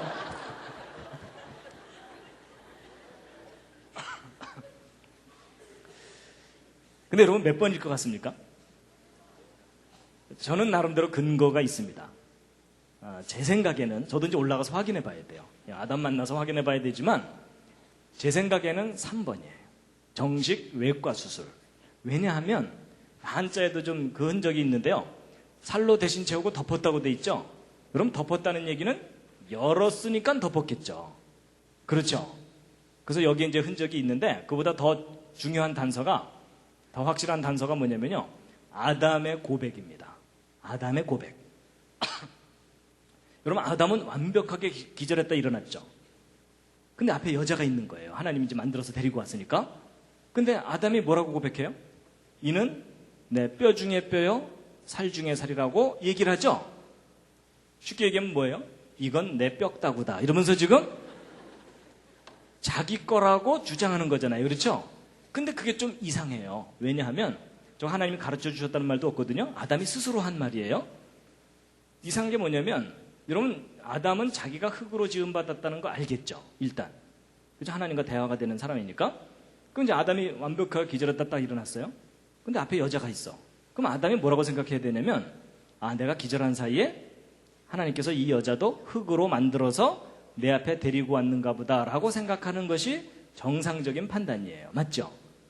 근데 아담이 지금 그렇게 말을 하는 게 아니라 지금 뭐라고 우기는 거예요? 이 여자는 내 뼈다구다 이러면서 소유권을 주장하고 있는 중이에요. 맞죠? 그럼 여러분 아담이 이 자기 거라고 우기려면 뭔가 근거가 있어야 되잖아요. 그래서 제가 생각해 봤더니 아마도 상황이 이런 것 같아요. 아담이 기절했다 딱 일어났어요. 앞에 여자가 있어. 감탄할 틈도 없이 옆구리가 욱신욱신 쑤시는 거예요. 여러분 그 대수술을 했는데 여기가 뭐 멀쩡하겠습니까? 그래갖고 아담이 이상하다 싶어서 밑으로 딱 내려다봤더니 뭐 꺼낸 자국이 있어. 그래서 이제 확인하느라고 위에서 띠리링 튕겨봤더니 하나가 비어. 그럼 아담의 합리적인 결론은 뭐겠어요? 이 여자? 예, 이거 꺼내서 만들었으니까 누구 거예요? 이 여자 내 거다. 제가 하도 할 일이 없어서 별 생각 다 해봤습니다. 근데 여러분, 제가 이렇게 우기는 것도 또 근거가 있습니다. 여러분이 아담 갈비뼈 꺼낸 흉터 있었겠어요? 없었겠어요? 하나님이 워낙 솜씨가 좋으시니까는 없애실 수도 있죠. 그런데 남겨두셨을 가능성이 높아요. 왜냐하면 그 예가, 여러분 엊그제가 이제 부활주일이었죠? 여러분 예수님 부활하셨을 때 제자들에게 무엇 보여주셨어요? 손에 못자국과 옆구리에 창자국 보여주셨죠? 여러분 예수님이 누구시냐면 창조자 하나님이세요. 창조자 하나님이 이 땅에 오셔서 부활을 하셨는데 이 손에 못자국, 창자국 이거 지우실 수 있겠어요? 없겠어요? 지우실 수 있죠. 근데 안 지우신 걸까요? 못 지우신 걸까요? 예, 분위기상 안 지웠다고 대답하셔야 되겠죠? 혹시 못 지우셨을까요? 잘 안 없어지네 뭐 이러면서 아니, 그럼 안 지우셨어요. 그건 예수님 자신을 위해서가 아니에요. 누구를 위해서? 제자들에게 증거로 확인시켜 주려고. 맞죠? 그래서 예수님도 그 흉터 안 없애신 걸로 볼 때 하나님께서 아담 갈비뼈 꺼내신 후에도 그 흉터 그냥 평생도록 지니고 살도록 하셨을 가능성이 높아요. 그럼 아담은 이제 부부싸움 할 때마다 항상 여기를 보면서 아 여기서 나왔지 뭐 이러면서 이해가 되시죠? 그래서 여러분 천국에 가서 아담을 찾는 법 뭐예요? 그 흉터 있는 분 찾으시면 돼요. 근데 예수님도 흉터가 있으시거든요. 그러니까 예수님과 아담을 구별하는 방법이 뭔지 아세요? 손에 못자국도 구별하면 되지만 또 하나가 배꼽이에요. 배꼽. 아담은 배꼽이 있겠어요? 없겠어요? 네, 지난번에 얘기한 대로 근데 예수님 배꼽 있으세요? 없으세요? 있으시죠. 그렇죠. 마리아의 태로부터 나오셨으니까. 하여튼 제가 뭐 창세기로 별 생각 다 해봤습니다. 이건 창세기 이렇게 공부하면 너무너무 재밌습니다. 자, 그래서 여러분 보세요. 필요하다는 요자죠. 필요할 요자인데 여러분 사람이 살다 보면 필요한 게 정말 많잖아요. 뭐 아파트도 필요하고 다 필요하잖아요. 그런데 가장 필요한 게 뭔지 한자에 잘 나타나 있는데 여러분 아까 말씀드린 대로 풀이하면 이게 다 풀려요. 아담에게 누가 필요해요? 여자가. 여러분 성경을 보면요. 하나님께서 아담 만드신 다음에 곧바로 하와를 만들어주지 않으시고 동물들 이름 짓게 하셨어요. 맞죠? 그러니까 그리고 나서 여자를 만들어줬거든요. 그래서 여러분 그걸 순서를 잘 보면요. 남자들에게는 사명이 먼저고 그 다음에 여자예요. 그렇죠? 하여튼 그렇게 돼 있어요. 근데 창세기를 읽으면 하나님께서 첫째 날, 둘째 날, 셋째 날 만드시면서 보시기에 좋았더라, 보시기에 좋았더라, 보시기에 좋았더라 계속 나오는데 좋지 않다고 한 장면이 여기 나와요. 뭐예요? 남자가 혼자 사는 것이 좋지 못하다. 구체적으로는 아담이 혼자 사는 것이 좋지 못하니 내가 그를 위하여 돕는 배필을 지으리라 하시고 여자를 만들어 주셨어요. 자, 그럼 여러분 여자가 창조된 목적이 뭐예요? 누구를 돕는 배필? 남자를 돕는 배필로 만드신 거예요. 맞죠? 근데 기분 좋으세요? 안 좋으세요? 표정이 별로 안 좋으신 것 같아요. 자, 일단 남자분들 여자는 남자를 돕는 배필로 지음을 받았다. 기분 좋으세요? 안 좋으세요? 좋으신데 표정 관리하기가 힘드시죠? 자, 근데 이번엔 여자분들. 여러분 여자분들 여자는 남자의 돕는 배필로 지음을 받았다. 기분 좋으세요? 나쁘세요? 별로 안 좋으시죠? 예. 여러분 기독교 여성 해방론자들이 제일 싫어하는 성경 말씀 중에 하나가 저거예요. 왜 남자가 주연이고 여자가 조연이냐 이러면서 아주 싫어하거든요. 근데 여러분 그거는 오해입니다. 여러분 이 돕는 배필을 정확하게 모르기 때문에 오해를 하시는 거예요. 여러분 저거 절대로 기분 나빠하실 일이 아니에요. 자, 여러분 제가 돕는 배필이 뭔지를 알려드릴 텐데요. 제 질문에 한번 대답을 해보세요. 자, 돕는 배필. 여러분 똘똘한 사람이 띨띨한 사람을 돕습니까? 띨띨한 사람이 똘똘한 사람을 돕습니까?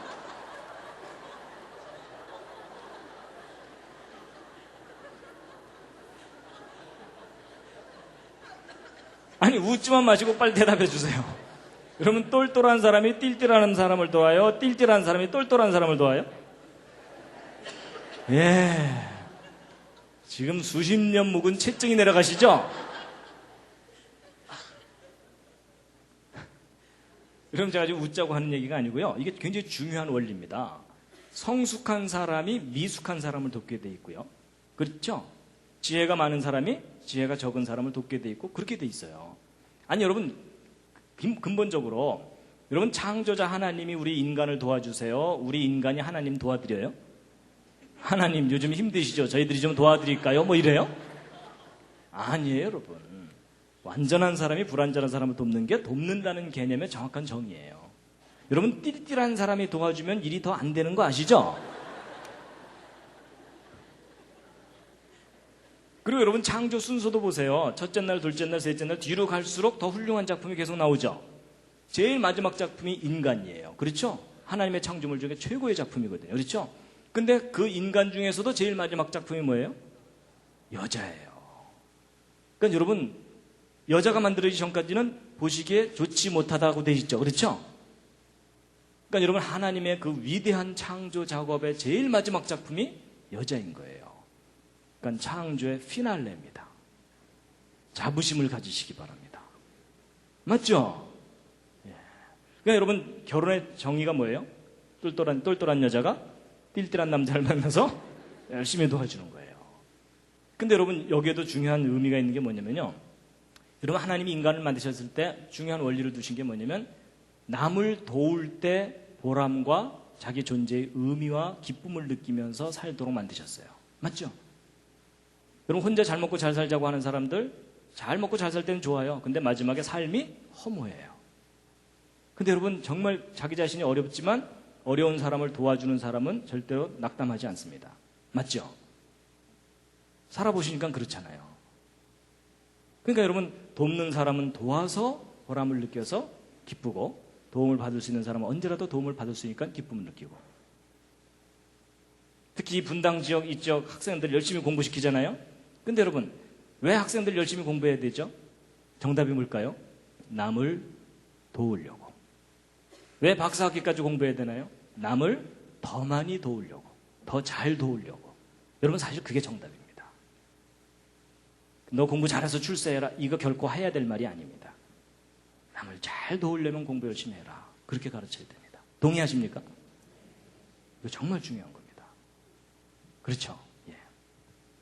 그러니까 여러분 이 문제가 잘 해결되면요. 한국교회에 큰 문제가 해결됩니다. 교회에 자매들이 너무 많아요. 그렇죠? 그래서 결혼 정년기가 된 자매들이 신랑감 구하기가 힘들어요. 신앙도 있어야 되죠. 그리고 어느 정도 능력도 있어야 되죠. 이런 형제들이 교회에 없잖아요. 그렇죠? 아니, 없다 그러면 좀 그렇고. 하여튼 이게 비율이 안 맞잖아요. 맞죠?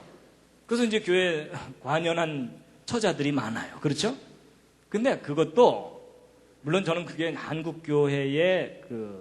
한국교회가 그동안 잘못한 거라고 봐요. 여자들만 주로 전도를 하고 남자들 전도에 힘을 안 써서 그래요. 그렇죠? 남자들은 앞뒤가 맞아야 되고 합리적으로 따져야 되는데 묻지마 신앙을 강조하다 보니까 이 남자들은 잘 믿기가 힘든 거예요. 그러느라고 남자들이 적어졌거든요. 그러니까 여러분 이제 그 점도 물론 있지만 자매들도 생각을 바꾸셔야 돼요. 괜찮은 남자 만나서 호강해야 되겠다. 절대로 성경적인 생각 아닙니다. 어떻게 하셔야 돼요? 예, 어디 띨띨한 남자 없나 이러면서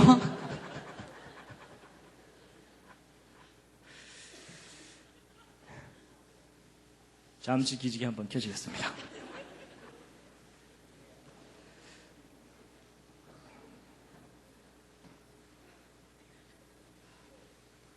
재미있으시죠? 네, 재밌는 겁니다. 예. 좌향좌해서 옆에 있는 분 안마 해드리겠습니다. 예. 좌향좌하셔서 옆에 있는 분 안마를 좀 시원하게 좀 두들겨 주시기 바랍니다. 예. 예. 잘 모르는 분도 그냥 무작정 두들기시기 바랍니다. 예.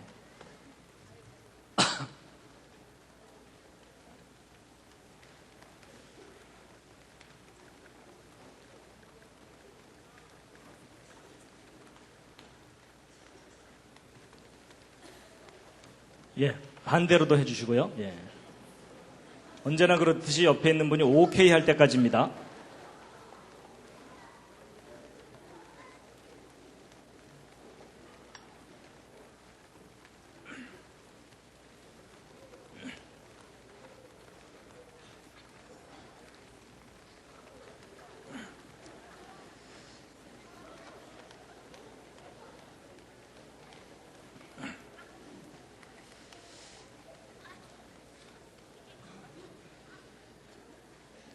예, 이 한자 이야기 차근차근 이렇게 하면 2시간 걸립니다. 그래서 2시간 또 했다간 또 안 될 것 같아서 제가 중간중간을 조금 빠르게 건너뛰면서 좀 하겠습니다. 다 할까요? 예, 그러면 안 됩니다. 시간이 너무 부족합니다. 예. 그러니까 여러분 그 부부싸움 할 때 누가 참아야 됩니까? 똘똘한 여자가 참아야 됩니다. 똘똘한 여자가. 그렇죠? 예, 띨띨한 사람은 못 참아요. 제발 좀 참아주시면 감사하겠습니다.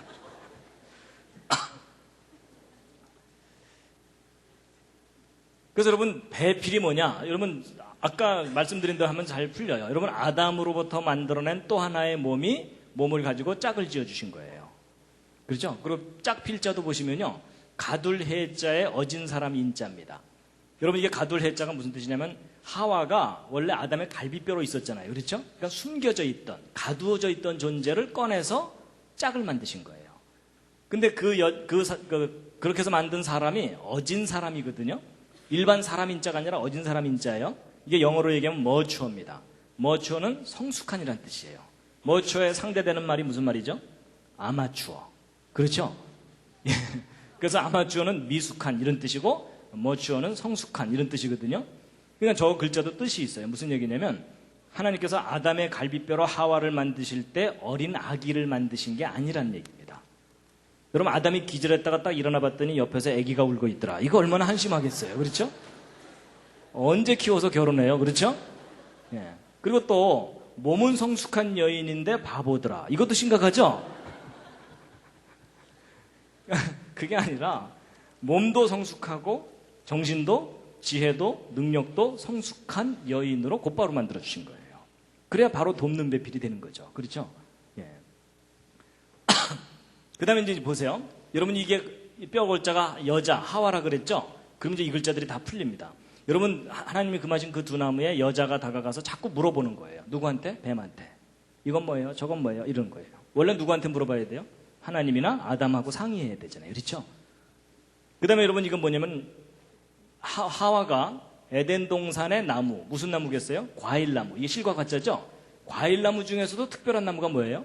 선악을 알게 하는 나무에 다가가는 거예요. 그래서 여러분 이게 무슨 뜻이냐면 비뚤어질 화자예요. 뭔가 잘못됐다는 뜻이에요. 그 다음에 요 밑에 있는 글자는 보세요. 하와가 원래 아담하고 함께 있어야 되는데 지금 누구하고 함께 있어요? 귀신하고 함께 있죠? 그래서 그 뜻이 뭐냐면 어리석을 괴짜입니다. 그래서 여러분 여자는 혼자 내버려두면 어리석어집니다. 그러니까 어떻게 해야 돼요? 띨띨한 남자가 항상 옆에 붙어 있어야 돼요.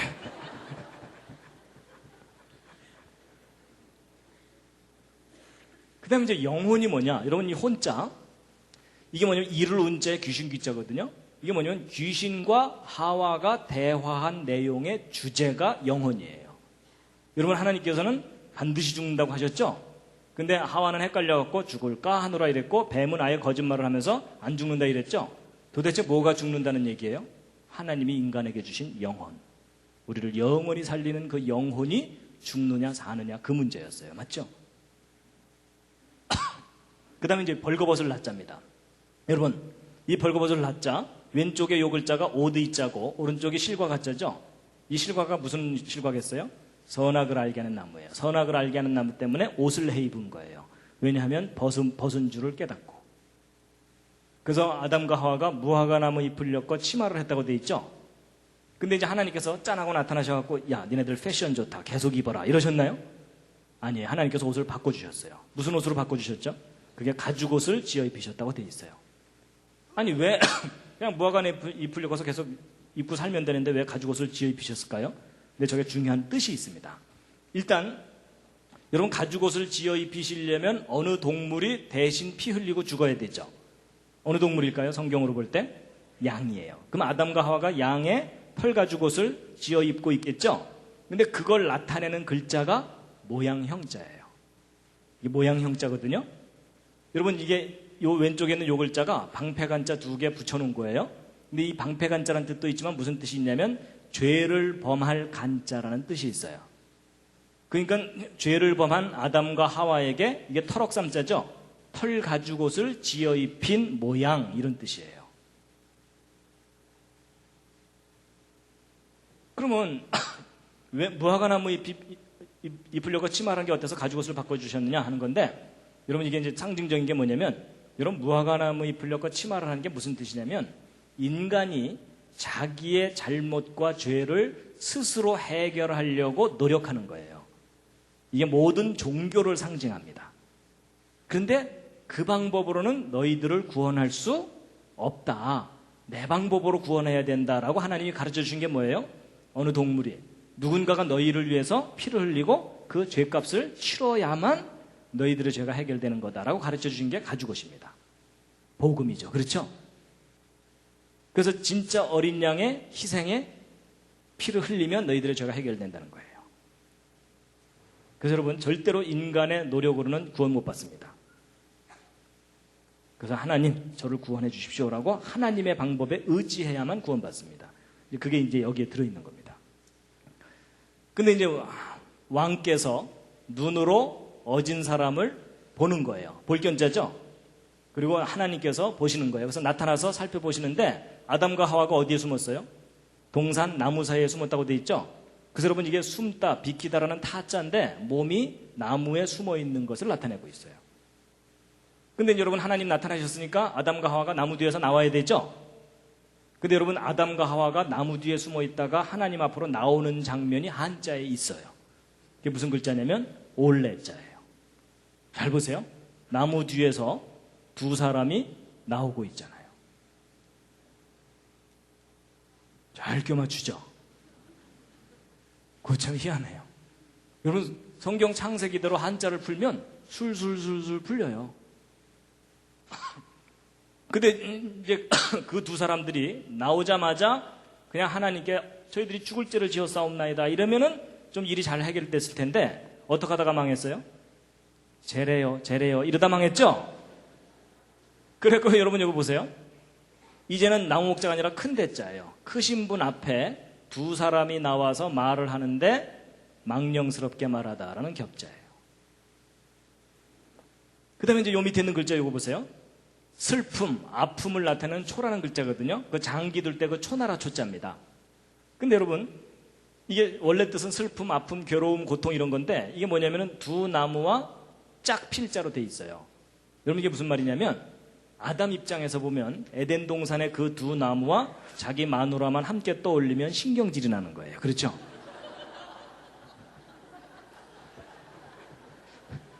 왜냐하면 지금 현재의 슬픔과 고통과 괴로움이 다 저 사건 때문에 그런 거잖아요. 그렇죠?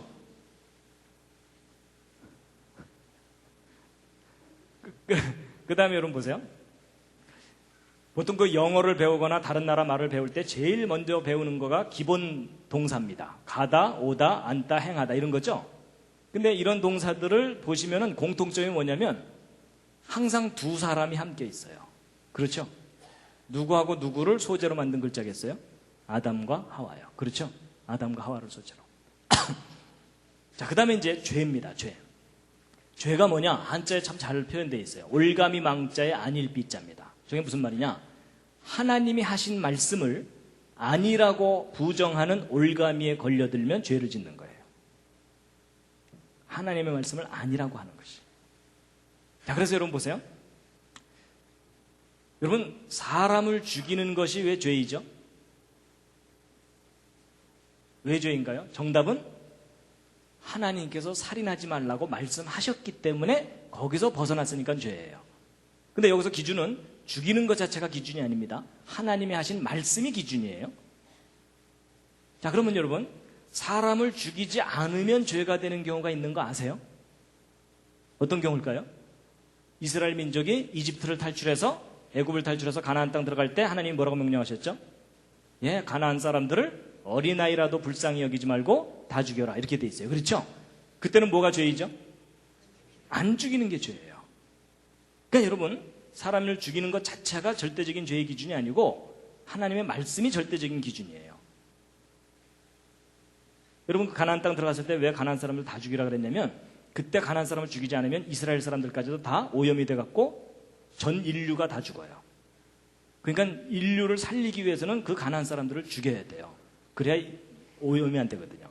그리고 실제로 가나안 지역을 유적들을 발굴을 해보면 눈 뜨고 못 볼 정도로 아주 타락한 모습의 유물들이 나옵니다. 그래서 가나안 사람들을 진멸하라고 했던 이유가 아주 분명하다고 이 고고학자들이 얘기해요. 어쨌든 그렇습니다. 자, 그 다음에 이제 오늘의 이제 또 중요한 퀴즈를 하나 또 드립니다. 여러분, 아담과 하와가 선악과를 따먹고 죄를 지었잖아요. 그런데 정확하게 어느 순간이 죄를 지은 순간인지를 맞춰보세요. 자, 죄가 시작된 순간. 자, 보기는 드립니다. 자, 1번. 선악과를 탐냈을 때부터 죄다. 2번. 아니다. 선악과를 땄을 때부터 죄다. 3번. 아니다. 선악과를 먹었을 때부터 죄다. 4번. 아니다. 먹고 나서도 곧바로 잘못했다 그러면 될 텐데 죄래요. 이러면서 시침이 뗐을 때부터 죄다. 자, 이 넷 중에 옆에 있는 분과 또 상의해 보시기 바랍니다. 탐냈을 때, 땄을 때, 먹었을 때, 먹고 나서 시침이 뗐을 때.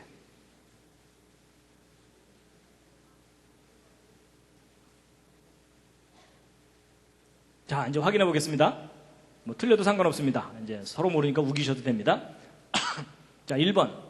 탐냈을 때부터 죄다. 그렇게 생각하시는 분.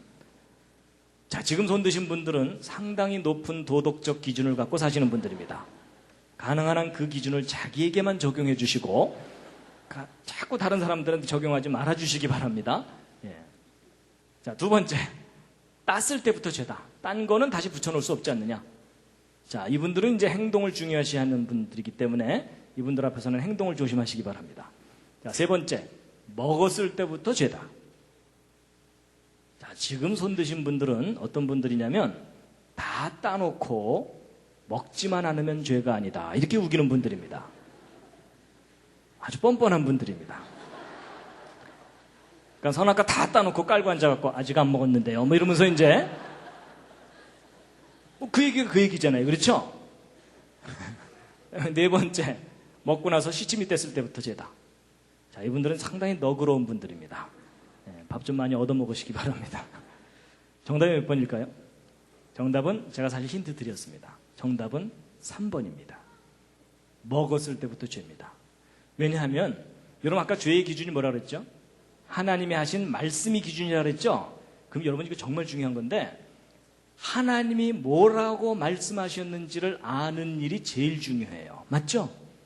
여러분 보통 사람들이요 성경은 자세히 안 읽어보고 자기 생각 갖고 기준을 정해요. 그건 절대로 성경적인 생각 아닙니다. 여러분 하나님이 뭐라고 말씀하셨을까요? 뭐라고 말씀하셨죠?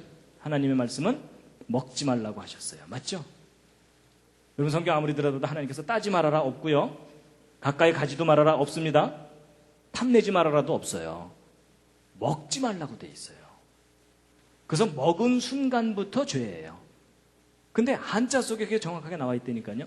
여러분 이게 시작 같다는 시자죠? 이게 뭘 시작하는 거냐면요. 옛날 그림 글자가 더 리얼해요. 여자가 입 안에 뭔가를 먹었어요.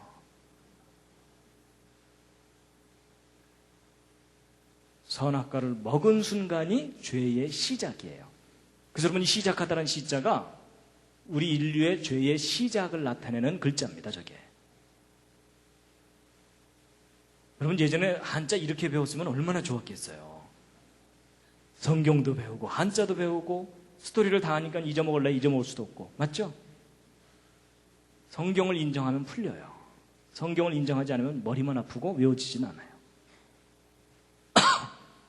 그래서 여러분 분명히 여자가 실과를 따먹고 죄를 지은 거예요. 근데 여자는 사고를 치면 꼭 남자를 끌고 들어갑니다. 그래서 여러분 여자가 또 손을 들어서 또 하나 잡았어요. 성경을 보면은 자기와 함께한 남편에게도 주매 그도 먹은지라. 그래서 남자도 함께 죄를 짓게 된 겁니다. 그래서 여러분 사건 한자 보세요. 이게 뭐냐면은 여자가 집에 있을 때는 평안했어요. 그렇죠? 이게 뭐냐면 하와가 에덴 동산에 있을 때는 평안했다는 뜻이에요. 근데 뭐 때문에 사건이 생겼어요? 나무 때문에.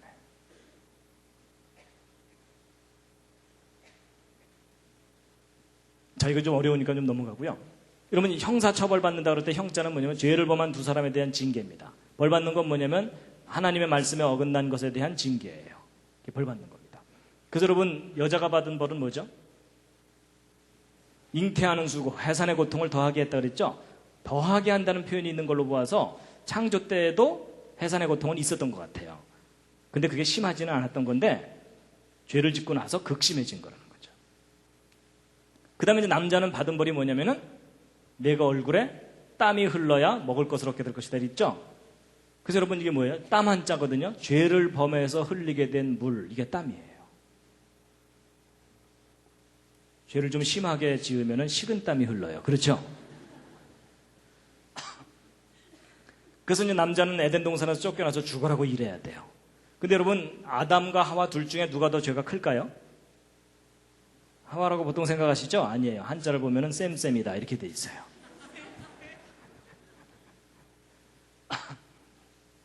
그 다음에 여러분, 형극의 길을 간다 할 때 이 가시극자 보세요. 하나님, 에덴 동산의 그 두 나무에 울타리를 친 거예요. 접근하지 못하게. 그리고 피곤하다, 곤란하다 그럴 때 곤자도 보면은 생명나무에다가 울타리를 치어서 사람들이 접근하지 못하게 하신 거예요. 그 다음에 무덤영자, 영화영자인데 이건 좀 약간 의역을 해야 되는데요. 여러분 뜻은 정반대죠. 죽음과 삶이죠. 그렇죠? 영광이죠.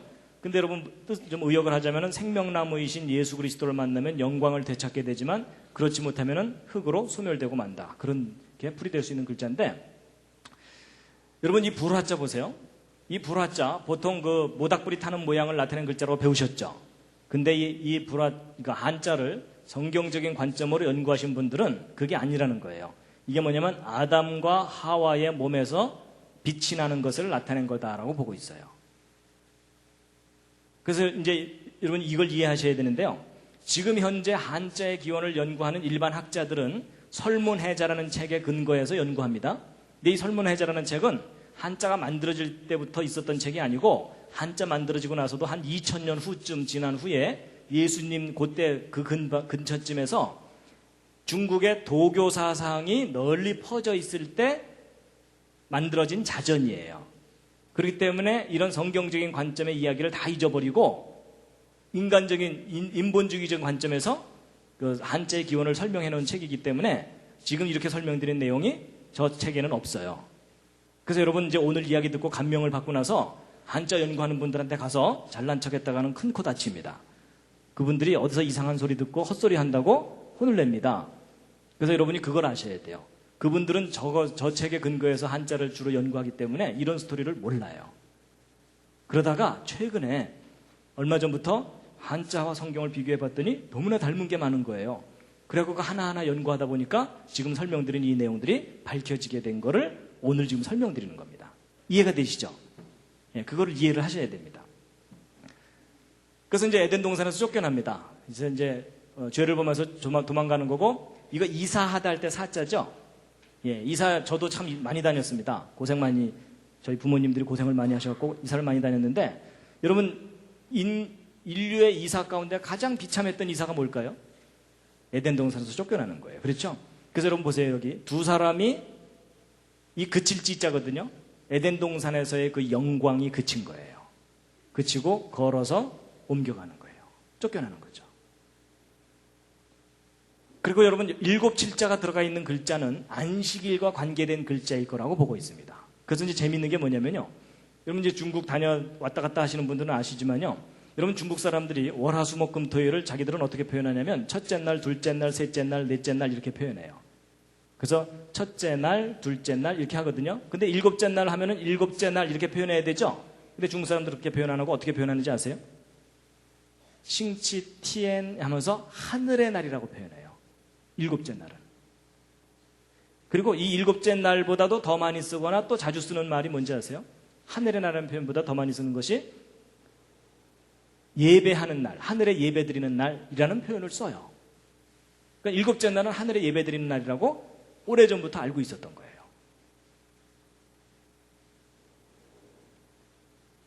자, 잠시 기지개 한번 켜시고요. 이제 조금만 더 하면 끝납니다.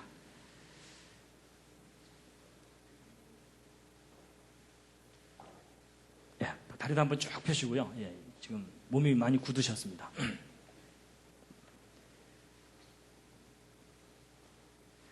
요 얘기는 다음 주로 미룰까요? 그냥 듣기로 하셨나요? 네, 바쁘신 분들은 중간에 가셔도 됩니다. 근데 이제 마지막으로 정말 중요한 부분이 남았습니다.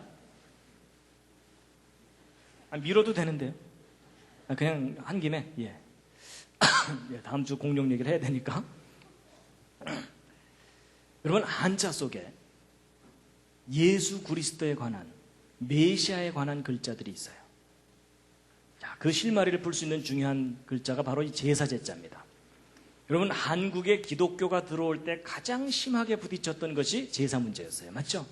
그래서 맏며느리가 예배당 다니기 시작하면 하여튼 그 집안은 난리가 나는 겁니다. 그래서 많은 핍박을 받고 지금도 많고요. 그렇죠? 근데 여러분, 우리가 변질된 제사를 드리고 있었기 때문에 기독교와 제사가 충돌한 겁니다. 여러분, 우리가 변질되지 않은 원래의 제사를 정확하게 지키고 있었으면 기독교와 제사는 충돌할 일이 없었어요. 오히려 기독교야말로 제사의 종교예요. 그럼 예수님이 이 땅에 오신 이유가 무엇 하시기 위해서요? 우리를 대신해서 제사 드리기 위해서 오셨던 거예요. 맞죠? 기독교가 오히려 제사의 종교예요. 그러면 이제 제사가 뭐냐? 그걸 정확하게 알아야 되겠죠? 근데 여러분, 제사 제자를 보시면요, 여러분 왼쪽에 올라가 있는 요 글자의 원형의 뜻이 뭐라고 보고 있냐면 살육자라고 보고 있습니다. 그리고 여러분 또우자라고 알려진 이 글자 있죠? 한자 자전 찾아보시면 용서란 뜻이 아주 분명하게 있는 글자입니다. 그리고 이게 아까 시자는 신, 하나님과 관계된 글자라 그랬죠? 그럼 여러분, 제사가 뭐냐면 희생의 제물을 가지고 하나님께 용서를 구하는 것, 이게 제사입니다. 여러분, 제사에 관한 가장 중요한 세 가지가 나타나 있어요. 제사의 방법, 제사의 목적, 제사의 대상.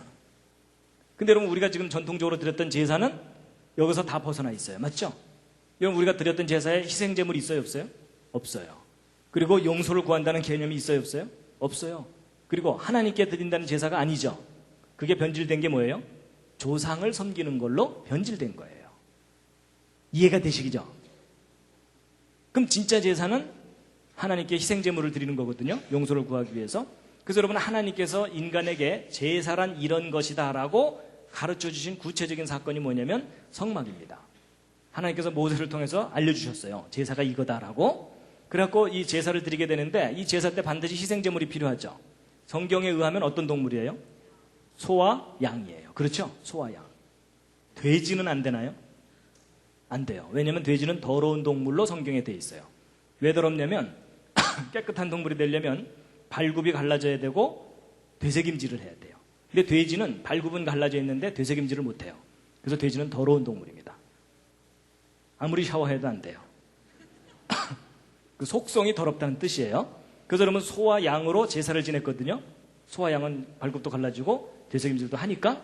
그래서 여러분, 성경에서 말하는 희생제물은 소와 양인데, 그럼 고대 동양 사람들도 제사를 지내고 희생제물이 있었다면 어떤 동물이 있었겠죠? 그 동물이 무엇인지 한자 속에 정확하게 나와 있어요. 여러분, 이때 희생제물을 할 때 그 희자 쓸 줄 아세요? 희자 좀 복잡합니다. 써보시면 이게 희자거든요. 잘 보시면 이 속에 동물이 2마리가 들어있어요. 뭐하고 뭐죠? 소와 양이에요.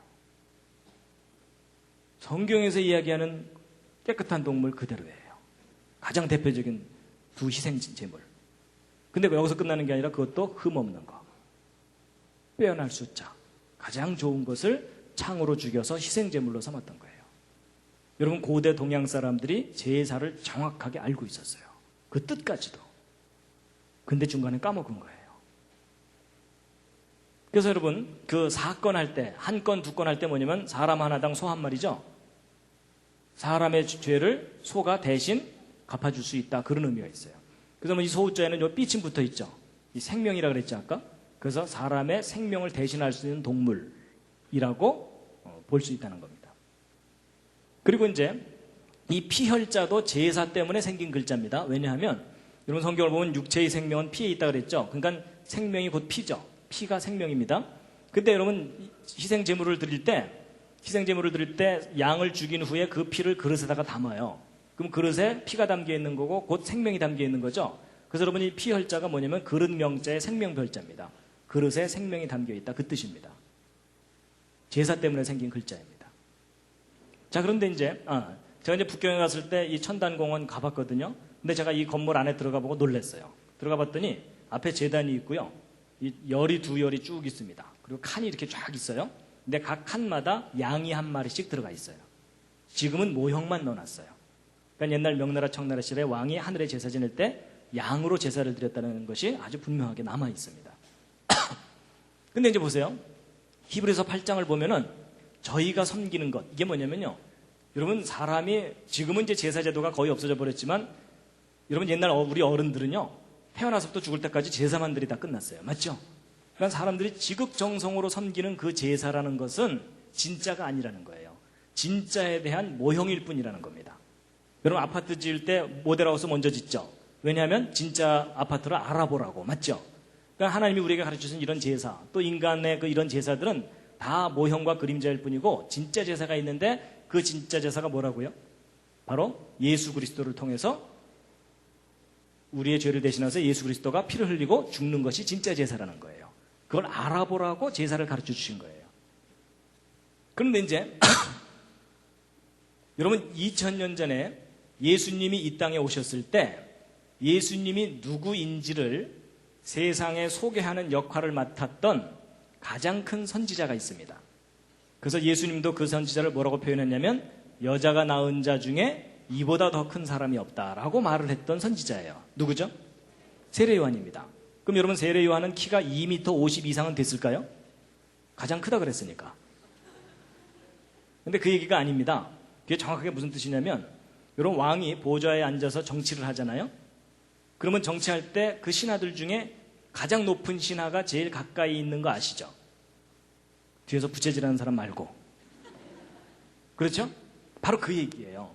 여러분, 역사상 수많은 선지자들이 예수님을 예언했거든요. 그리고 사실 세례 요한보다 더 뛰어난 업적을 가진 더 큰 선지자들이 많아요. 뭐 엘리야에 비하면 세례 요한은 피레미예요. 그렇죠? 그런데도 왜 예수님께서 세례 요한을 제일 큰 선지자라고 말씀하셨냐면 예수님에게 제일 가까이 있는 선지자이기 때문에 말씀하신 거예요. 그걸 뒤집어 얘기하면 뭐겠어요? 내가 메시아다라는 말을 하시는 거예요. 이해가 되시죠? 그럼 바로 그 예수님 바로 앞에 와갖고 이분이 우리를 구원해 주실 메시아입니다라는 역할을 맡은 것이 세례 요한이거든요. 근데 그 세례 요한이 정말 세상 사람들한테 예수님을 정확하게 소개를 했어요. 뭐라고 소개했는지 혹시 아세요? 그게 뭐냐면 요한복음 1장 29절에 나와 있습니다. 함께 읽으시겠습니다. 중요한 부분입니다. 시작. 이튿날 요한이 예수께서 자기에게 나오심을 보고 가로되 보라, 세상 죄를 지고 가는 하나님의 어린 양이로다. 이분이 우리의 죄를 위해서 대신 피를 흘리고 죽게 될 희생의 제물이다. 하나님이 보낸 어린 양이라는 거예요. 그럼 이분이 우리를 대신해서 피를 흘리고 죽으면 우리가 어떻게 된다는 겁니까? 죄인이었는데 의인이 된다는 거예요. 맞죠? 근데 여러분, 그 잘 보세요. 하나님의 어린 양이 나를 위해서 대신 죽으면 내가 어떻게 된다고요? 의로워진다는 거예요. 맞죠?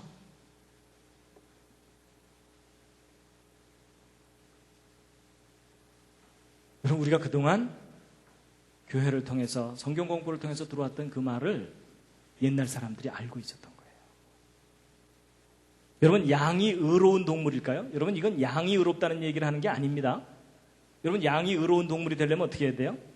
늑대가 와서 옆에 있는 양을 물어 죽이려고 그러면 이 양이 울분을 느끼면서 그 늑대한테 달려들어야 돼요. 맞죠?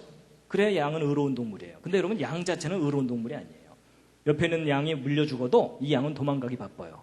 그러니까 양 자체가 의롭다는 뜻을 가진 글자가 아닙니다. 하나님의 어린 양이 나를 위해서 대신 죽으면 내가 의로워진다는 것을 나타내는 글자가 저 글자입니다. 그럼 나는 누구냐? 손에 창을 들고 하나님의 어린 양을 죽여야 하는 죄인이에요. 이해가 되시죠? 그래서 여러분, 한자 중에 희한하게도 이 양양자가 들어간 글자를 잘 보시면요, 다 좋은 뜻을 갖고 있어요. 거의 대부분이 좋은 뜻을 갖고 있어요. 여러분, 양은 결코 아름다운 동물이 아니에요. 여러분, 양보다 훨씬 아름다운 동물들이 많아요. 맞죠? 양 자체가 아름답다는 게 아니고 하나님의 어린 양이 우리를 위해서 대신 피를 흘리고 희생하시는 것이 아름답다는 그런 의미가 담겨 있는 거고, 그것이 선하다는 것을 나타내 주는 겁니다. 그러니까 여러분, 이 양양자는 하나님의 어린 양, 곧 예수를 상징하는 글자라고 보시면 돼요. 그러니까 여러분, 여자 이름 중에 좋은 이름이 뭐겠어요?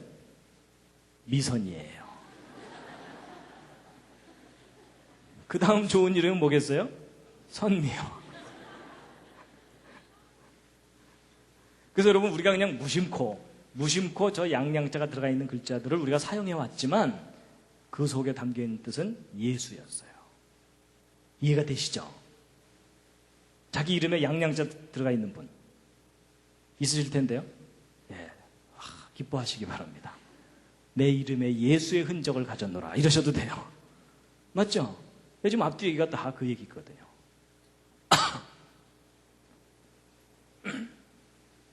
그래서 여러분 2000년 전에 이 땅에 오셨던 예수 그리스도가 바로 하나님의 어린 양이셨습니다.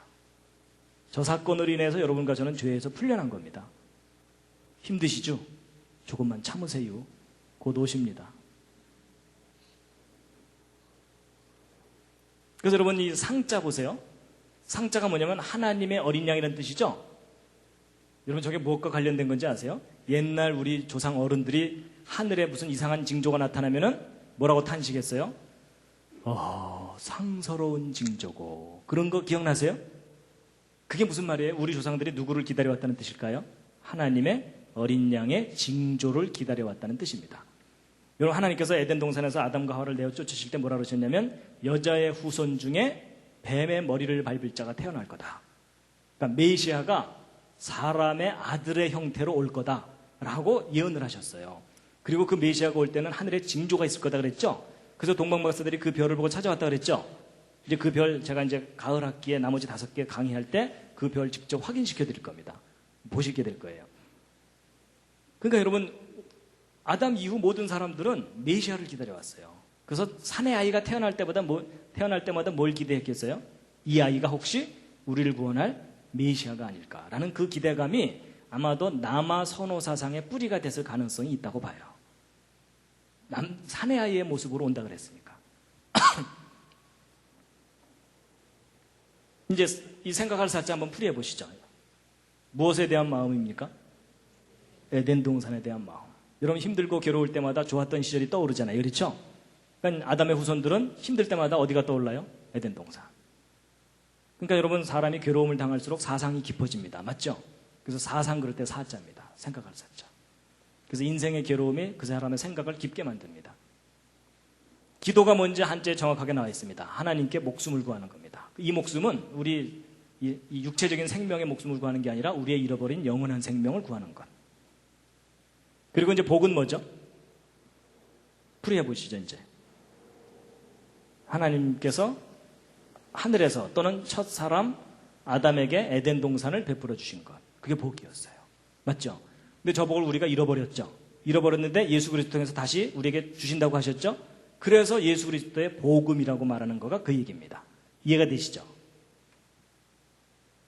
자, 이제 여기까지 한자를 쭉 설명드렸는데 그럴듯 하셨습니까? 예. 근데 잘 인정이 안 되시는 분들은 뻥이지만 재밌다 이렇게 생각하셔도 되겠습니다. 근데 여러분 한두 글자가 아니라 너무 많은 글자가 성경 이야기를 그대로 담고 있습니다. 여러분 지금 우리의 그 긴 역사의 비밀을 오늘 아시는 순간입니다. 우리 역사의 그 긴 역사의 그 비밀입니다, 이게. 근데 이제 뭐 보세요. 너무나 분명하게 한자 속에 그 이야기들이 다 들어있는데 지금 현재 중국 사람들이 이걸 알아요, 몰라요? 대부분 모릅니다. 모른다는 얘기는 둘 중에 하나입니다. 제가 지금까지 열심히 설명드렸던 이 내용이 다 꾸며낸 얘기거나 거짓이거나 아니면 이게 어느 정도 타당한 근거가 있는 거라면 이 중국 사람들이 그들의 역사 속에서 이 모든 이야기들을 다 잃어버린 겁니다. 근데 그럼 잃어버렸다면 무슨 계기가 있었겠죠? 그 계기 중에 가장 결정적인 거라고 생각하는 것이 뭐냐면 바로 진나라의 진시황입니다. 기억하시죠? 이 진시황. 만리장성을 대대적으로 쌓고 그 다음에 천하통일을 했고 중국 천하통일을 했고 만리장성의 무덤, 진시황의 무덤 어마어마합니다. 그렇죠? 근데 이 천하의 진시황 만리장성을 만들고 순장 무덤을 이제 만들고 그래서 그 유물들을 우리에게 남겨줬지만 이 진시황이 정말 안 좋은 일을 한 게 뭐냐면요. 바로 분서갱유와 봉선제 폐지예요. 여러분 분서갱유가 뭐냐면 책을 다 불살라버리고 지식인들을 생매장시켜서 다 죽였어요. 막 청소를 해버린 거예요. 그러면 저렇게 되면 어떤 결과가 나타나죠? 역사가 소멸돼 버립니다. 그러니까 진시황 이전의 역사가 다 사라져 버리는 거예요. 그리고 봉선제라는 제사 제도를 폐지시켰거든요. 저게 뭐냐면 하늘의 상제에게 제사 지내던 제도예요. 그러니까 신에게 제사 지내던 거예요. 여러분 중국 사람들은 희한하게도요. 이 고대 바벨론, 아시리아, 이집트, 그리스, 로마 다 우상 숭배를 했거든요. 형태가 있는 신을 만들어 놓고. 근데 고대 중국인들은 희한하게도 형태가 없는 신을 섬겼어요. 그걸 표현하는 것이 상제예요. 상제. 그래서 중국 사람들이 그런 개념을 갖고 있었기 때문에 성경을 중국말로 번역해 줄 때도 하나님을 곧바로 상제라고 바로 번역을 해줬어요. 이해가 되시죠? 근데 그 상제에게 제사를 한다는 제사인데 이 봉선제 때 제문을 읽는데 제문의 내용이 성경 창세기의 창조 스토리하고 아주 비슷합니다. 그런데 이제 이 진시황의 역사를 이렇게 말살시켰는데 진시황이 없애지 못한 게 하나 있어요. 그게 뭐냐면 천하의 진시황이 없애지 못한 게 한자예요. 오히려 이 진시황이 잡다하게 있던 한자들을 정리를 해서 표준화를 시켰어요. 그래서 우리가 지금 보고 있는 이런 제대로 된 이 글자들은 진시황 때 확립된 겁니다. 근데 이 진시황이 없애지 못한 그 한자가 다 뜻을 갖고 있고 의미를 갖고 있는 글자들이잖아요. 그게 역사 속에 고스란히 보존돼 왔다가 최근에 학자들에 의해서 다시 발견된 거예요. 이 글자들 속에 성경 이야기가 다 들어있구나. 이걸 알게 된 거라는 거죠. 이제 앞뒤가 이제 이 얘기 풀리시죠? 그래서 결국 이 진시황 이후로 중국 역사는 암흑 속으로 들어갔다라고 보고 있어요. 적어도 복음에 관한 한 암흑 속으로 들어간 거예요. 근데 우리도 이 영향을 받았기 때문에 옛날 우리 조상들은 상스러운 징조고 이랬는데 우리 현대인들은 다 까먹어버린 거고요. 그러니까 한국에 기독교가 들어올 때 서양 종교라고 생각한 거예요. 원래는 우리가 원래부터 알던 하나님이었는데, 그러니까 하나님으로부터 우리가 잃어버린 민족이었는데 그걸 다시 되찾아야 되는 그런 지금 상황이 있다는 겁니다. 그러니까 결코 기독교는 서양 종교가 아닙니다. 우리가 원래 섬겼어야 되는 것을 가르쳐주는 종교입니다. 자, 지금까지 이제 설명드린 한자들입니다. 자, 지금부터 시험 보겠습니다. 10개 이상 쓰고 설명하라. 이거 설명하셔야 오늘 집으로 돌아가십니다. 한두 글자가 아니라 너무 많은 글자들이요. 그렇죠? 오늘은 참 특별한 날입니다. 근데 여러분 이거 오늘 재미있으라고 알려드린 게 아니고요. 오늘날 시대에 너무나 중요한 게 뭐냐면요. 이 중국 사람들을 주님께로 돌아오게 하는데 너무나 중요한 도구가 이 한자예요. 여러분 지금 중국이 경제 발전을 시키느라고 종교 문제를 약간 뒤로 밀어놓고 있어요.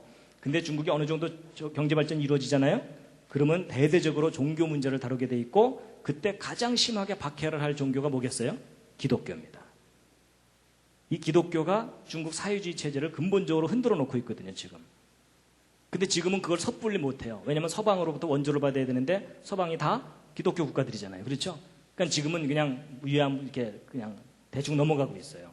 근데 중국이 어느 정도 힘을 얻게 되면 분명히 기독교에 대해서 큰 탄압을 하게 됩니다. 정권이 바뀌지 않는 한은. 그때 구실은 뭐겠어요? 기독교는 서양 종교다. 이거예요. 우리 게 아니다라고 배척하면 끝이잖아요. 그렇죠? 그럼 그때 뭐라고 얘기해 줘야 되겠어요? 서양 종교를 믿으라는 얘기가 아니다. 당신들의 글자를 봐라. 당신들의 조상이 원래 섬겼던 하나님을 다시 되찾아라 라고 얘기해 줄 수 있다는 거예요.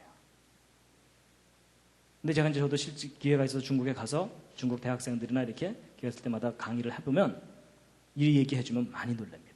그리고 실제 이 이야기를 해주면서 선교의 열매를 맺는 분들도 많이 있고요. 왜냐하면 자기들의 글자 속에 그 증거들이 들어있으니까. 그것도 구체적으로. 근데 지금 현재 중국 사람들은요, 이 한자가 너무 복잡하다고 줄여서 쓴 간단한 글자들을 만들어서 쓰느라고 원래 글자들을 많이 잃어버렸어요. 근데 아직도 이제 이런 글자들은 그 형태들이 남아있기 때문에 얼마든지 지금도 설명해주면 이해를 합니다. 자, 오늘 창세기도 공부하고 한자도 배운 시간이었습니다. 도움이 되셨습니까? 예, 마지막 꽃다발입니다.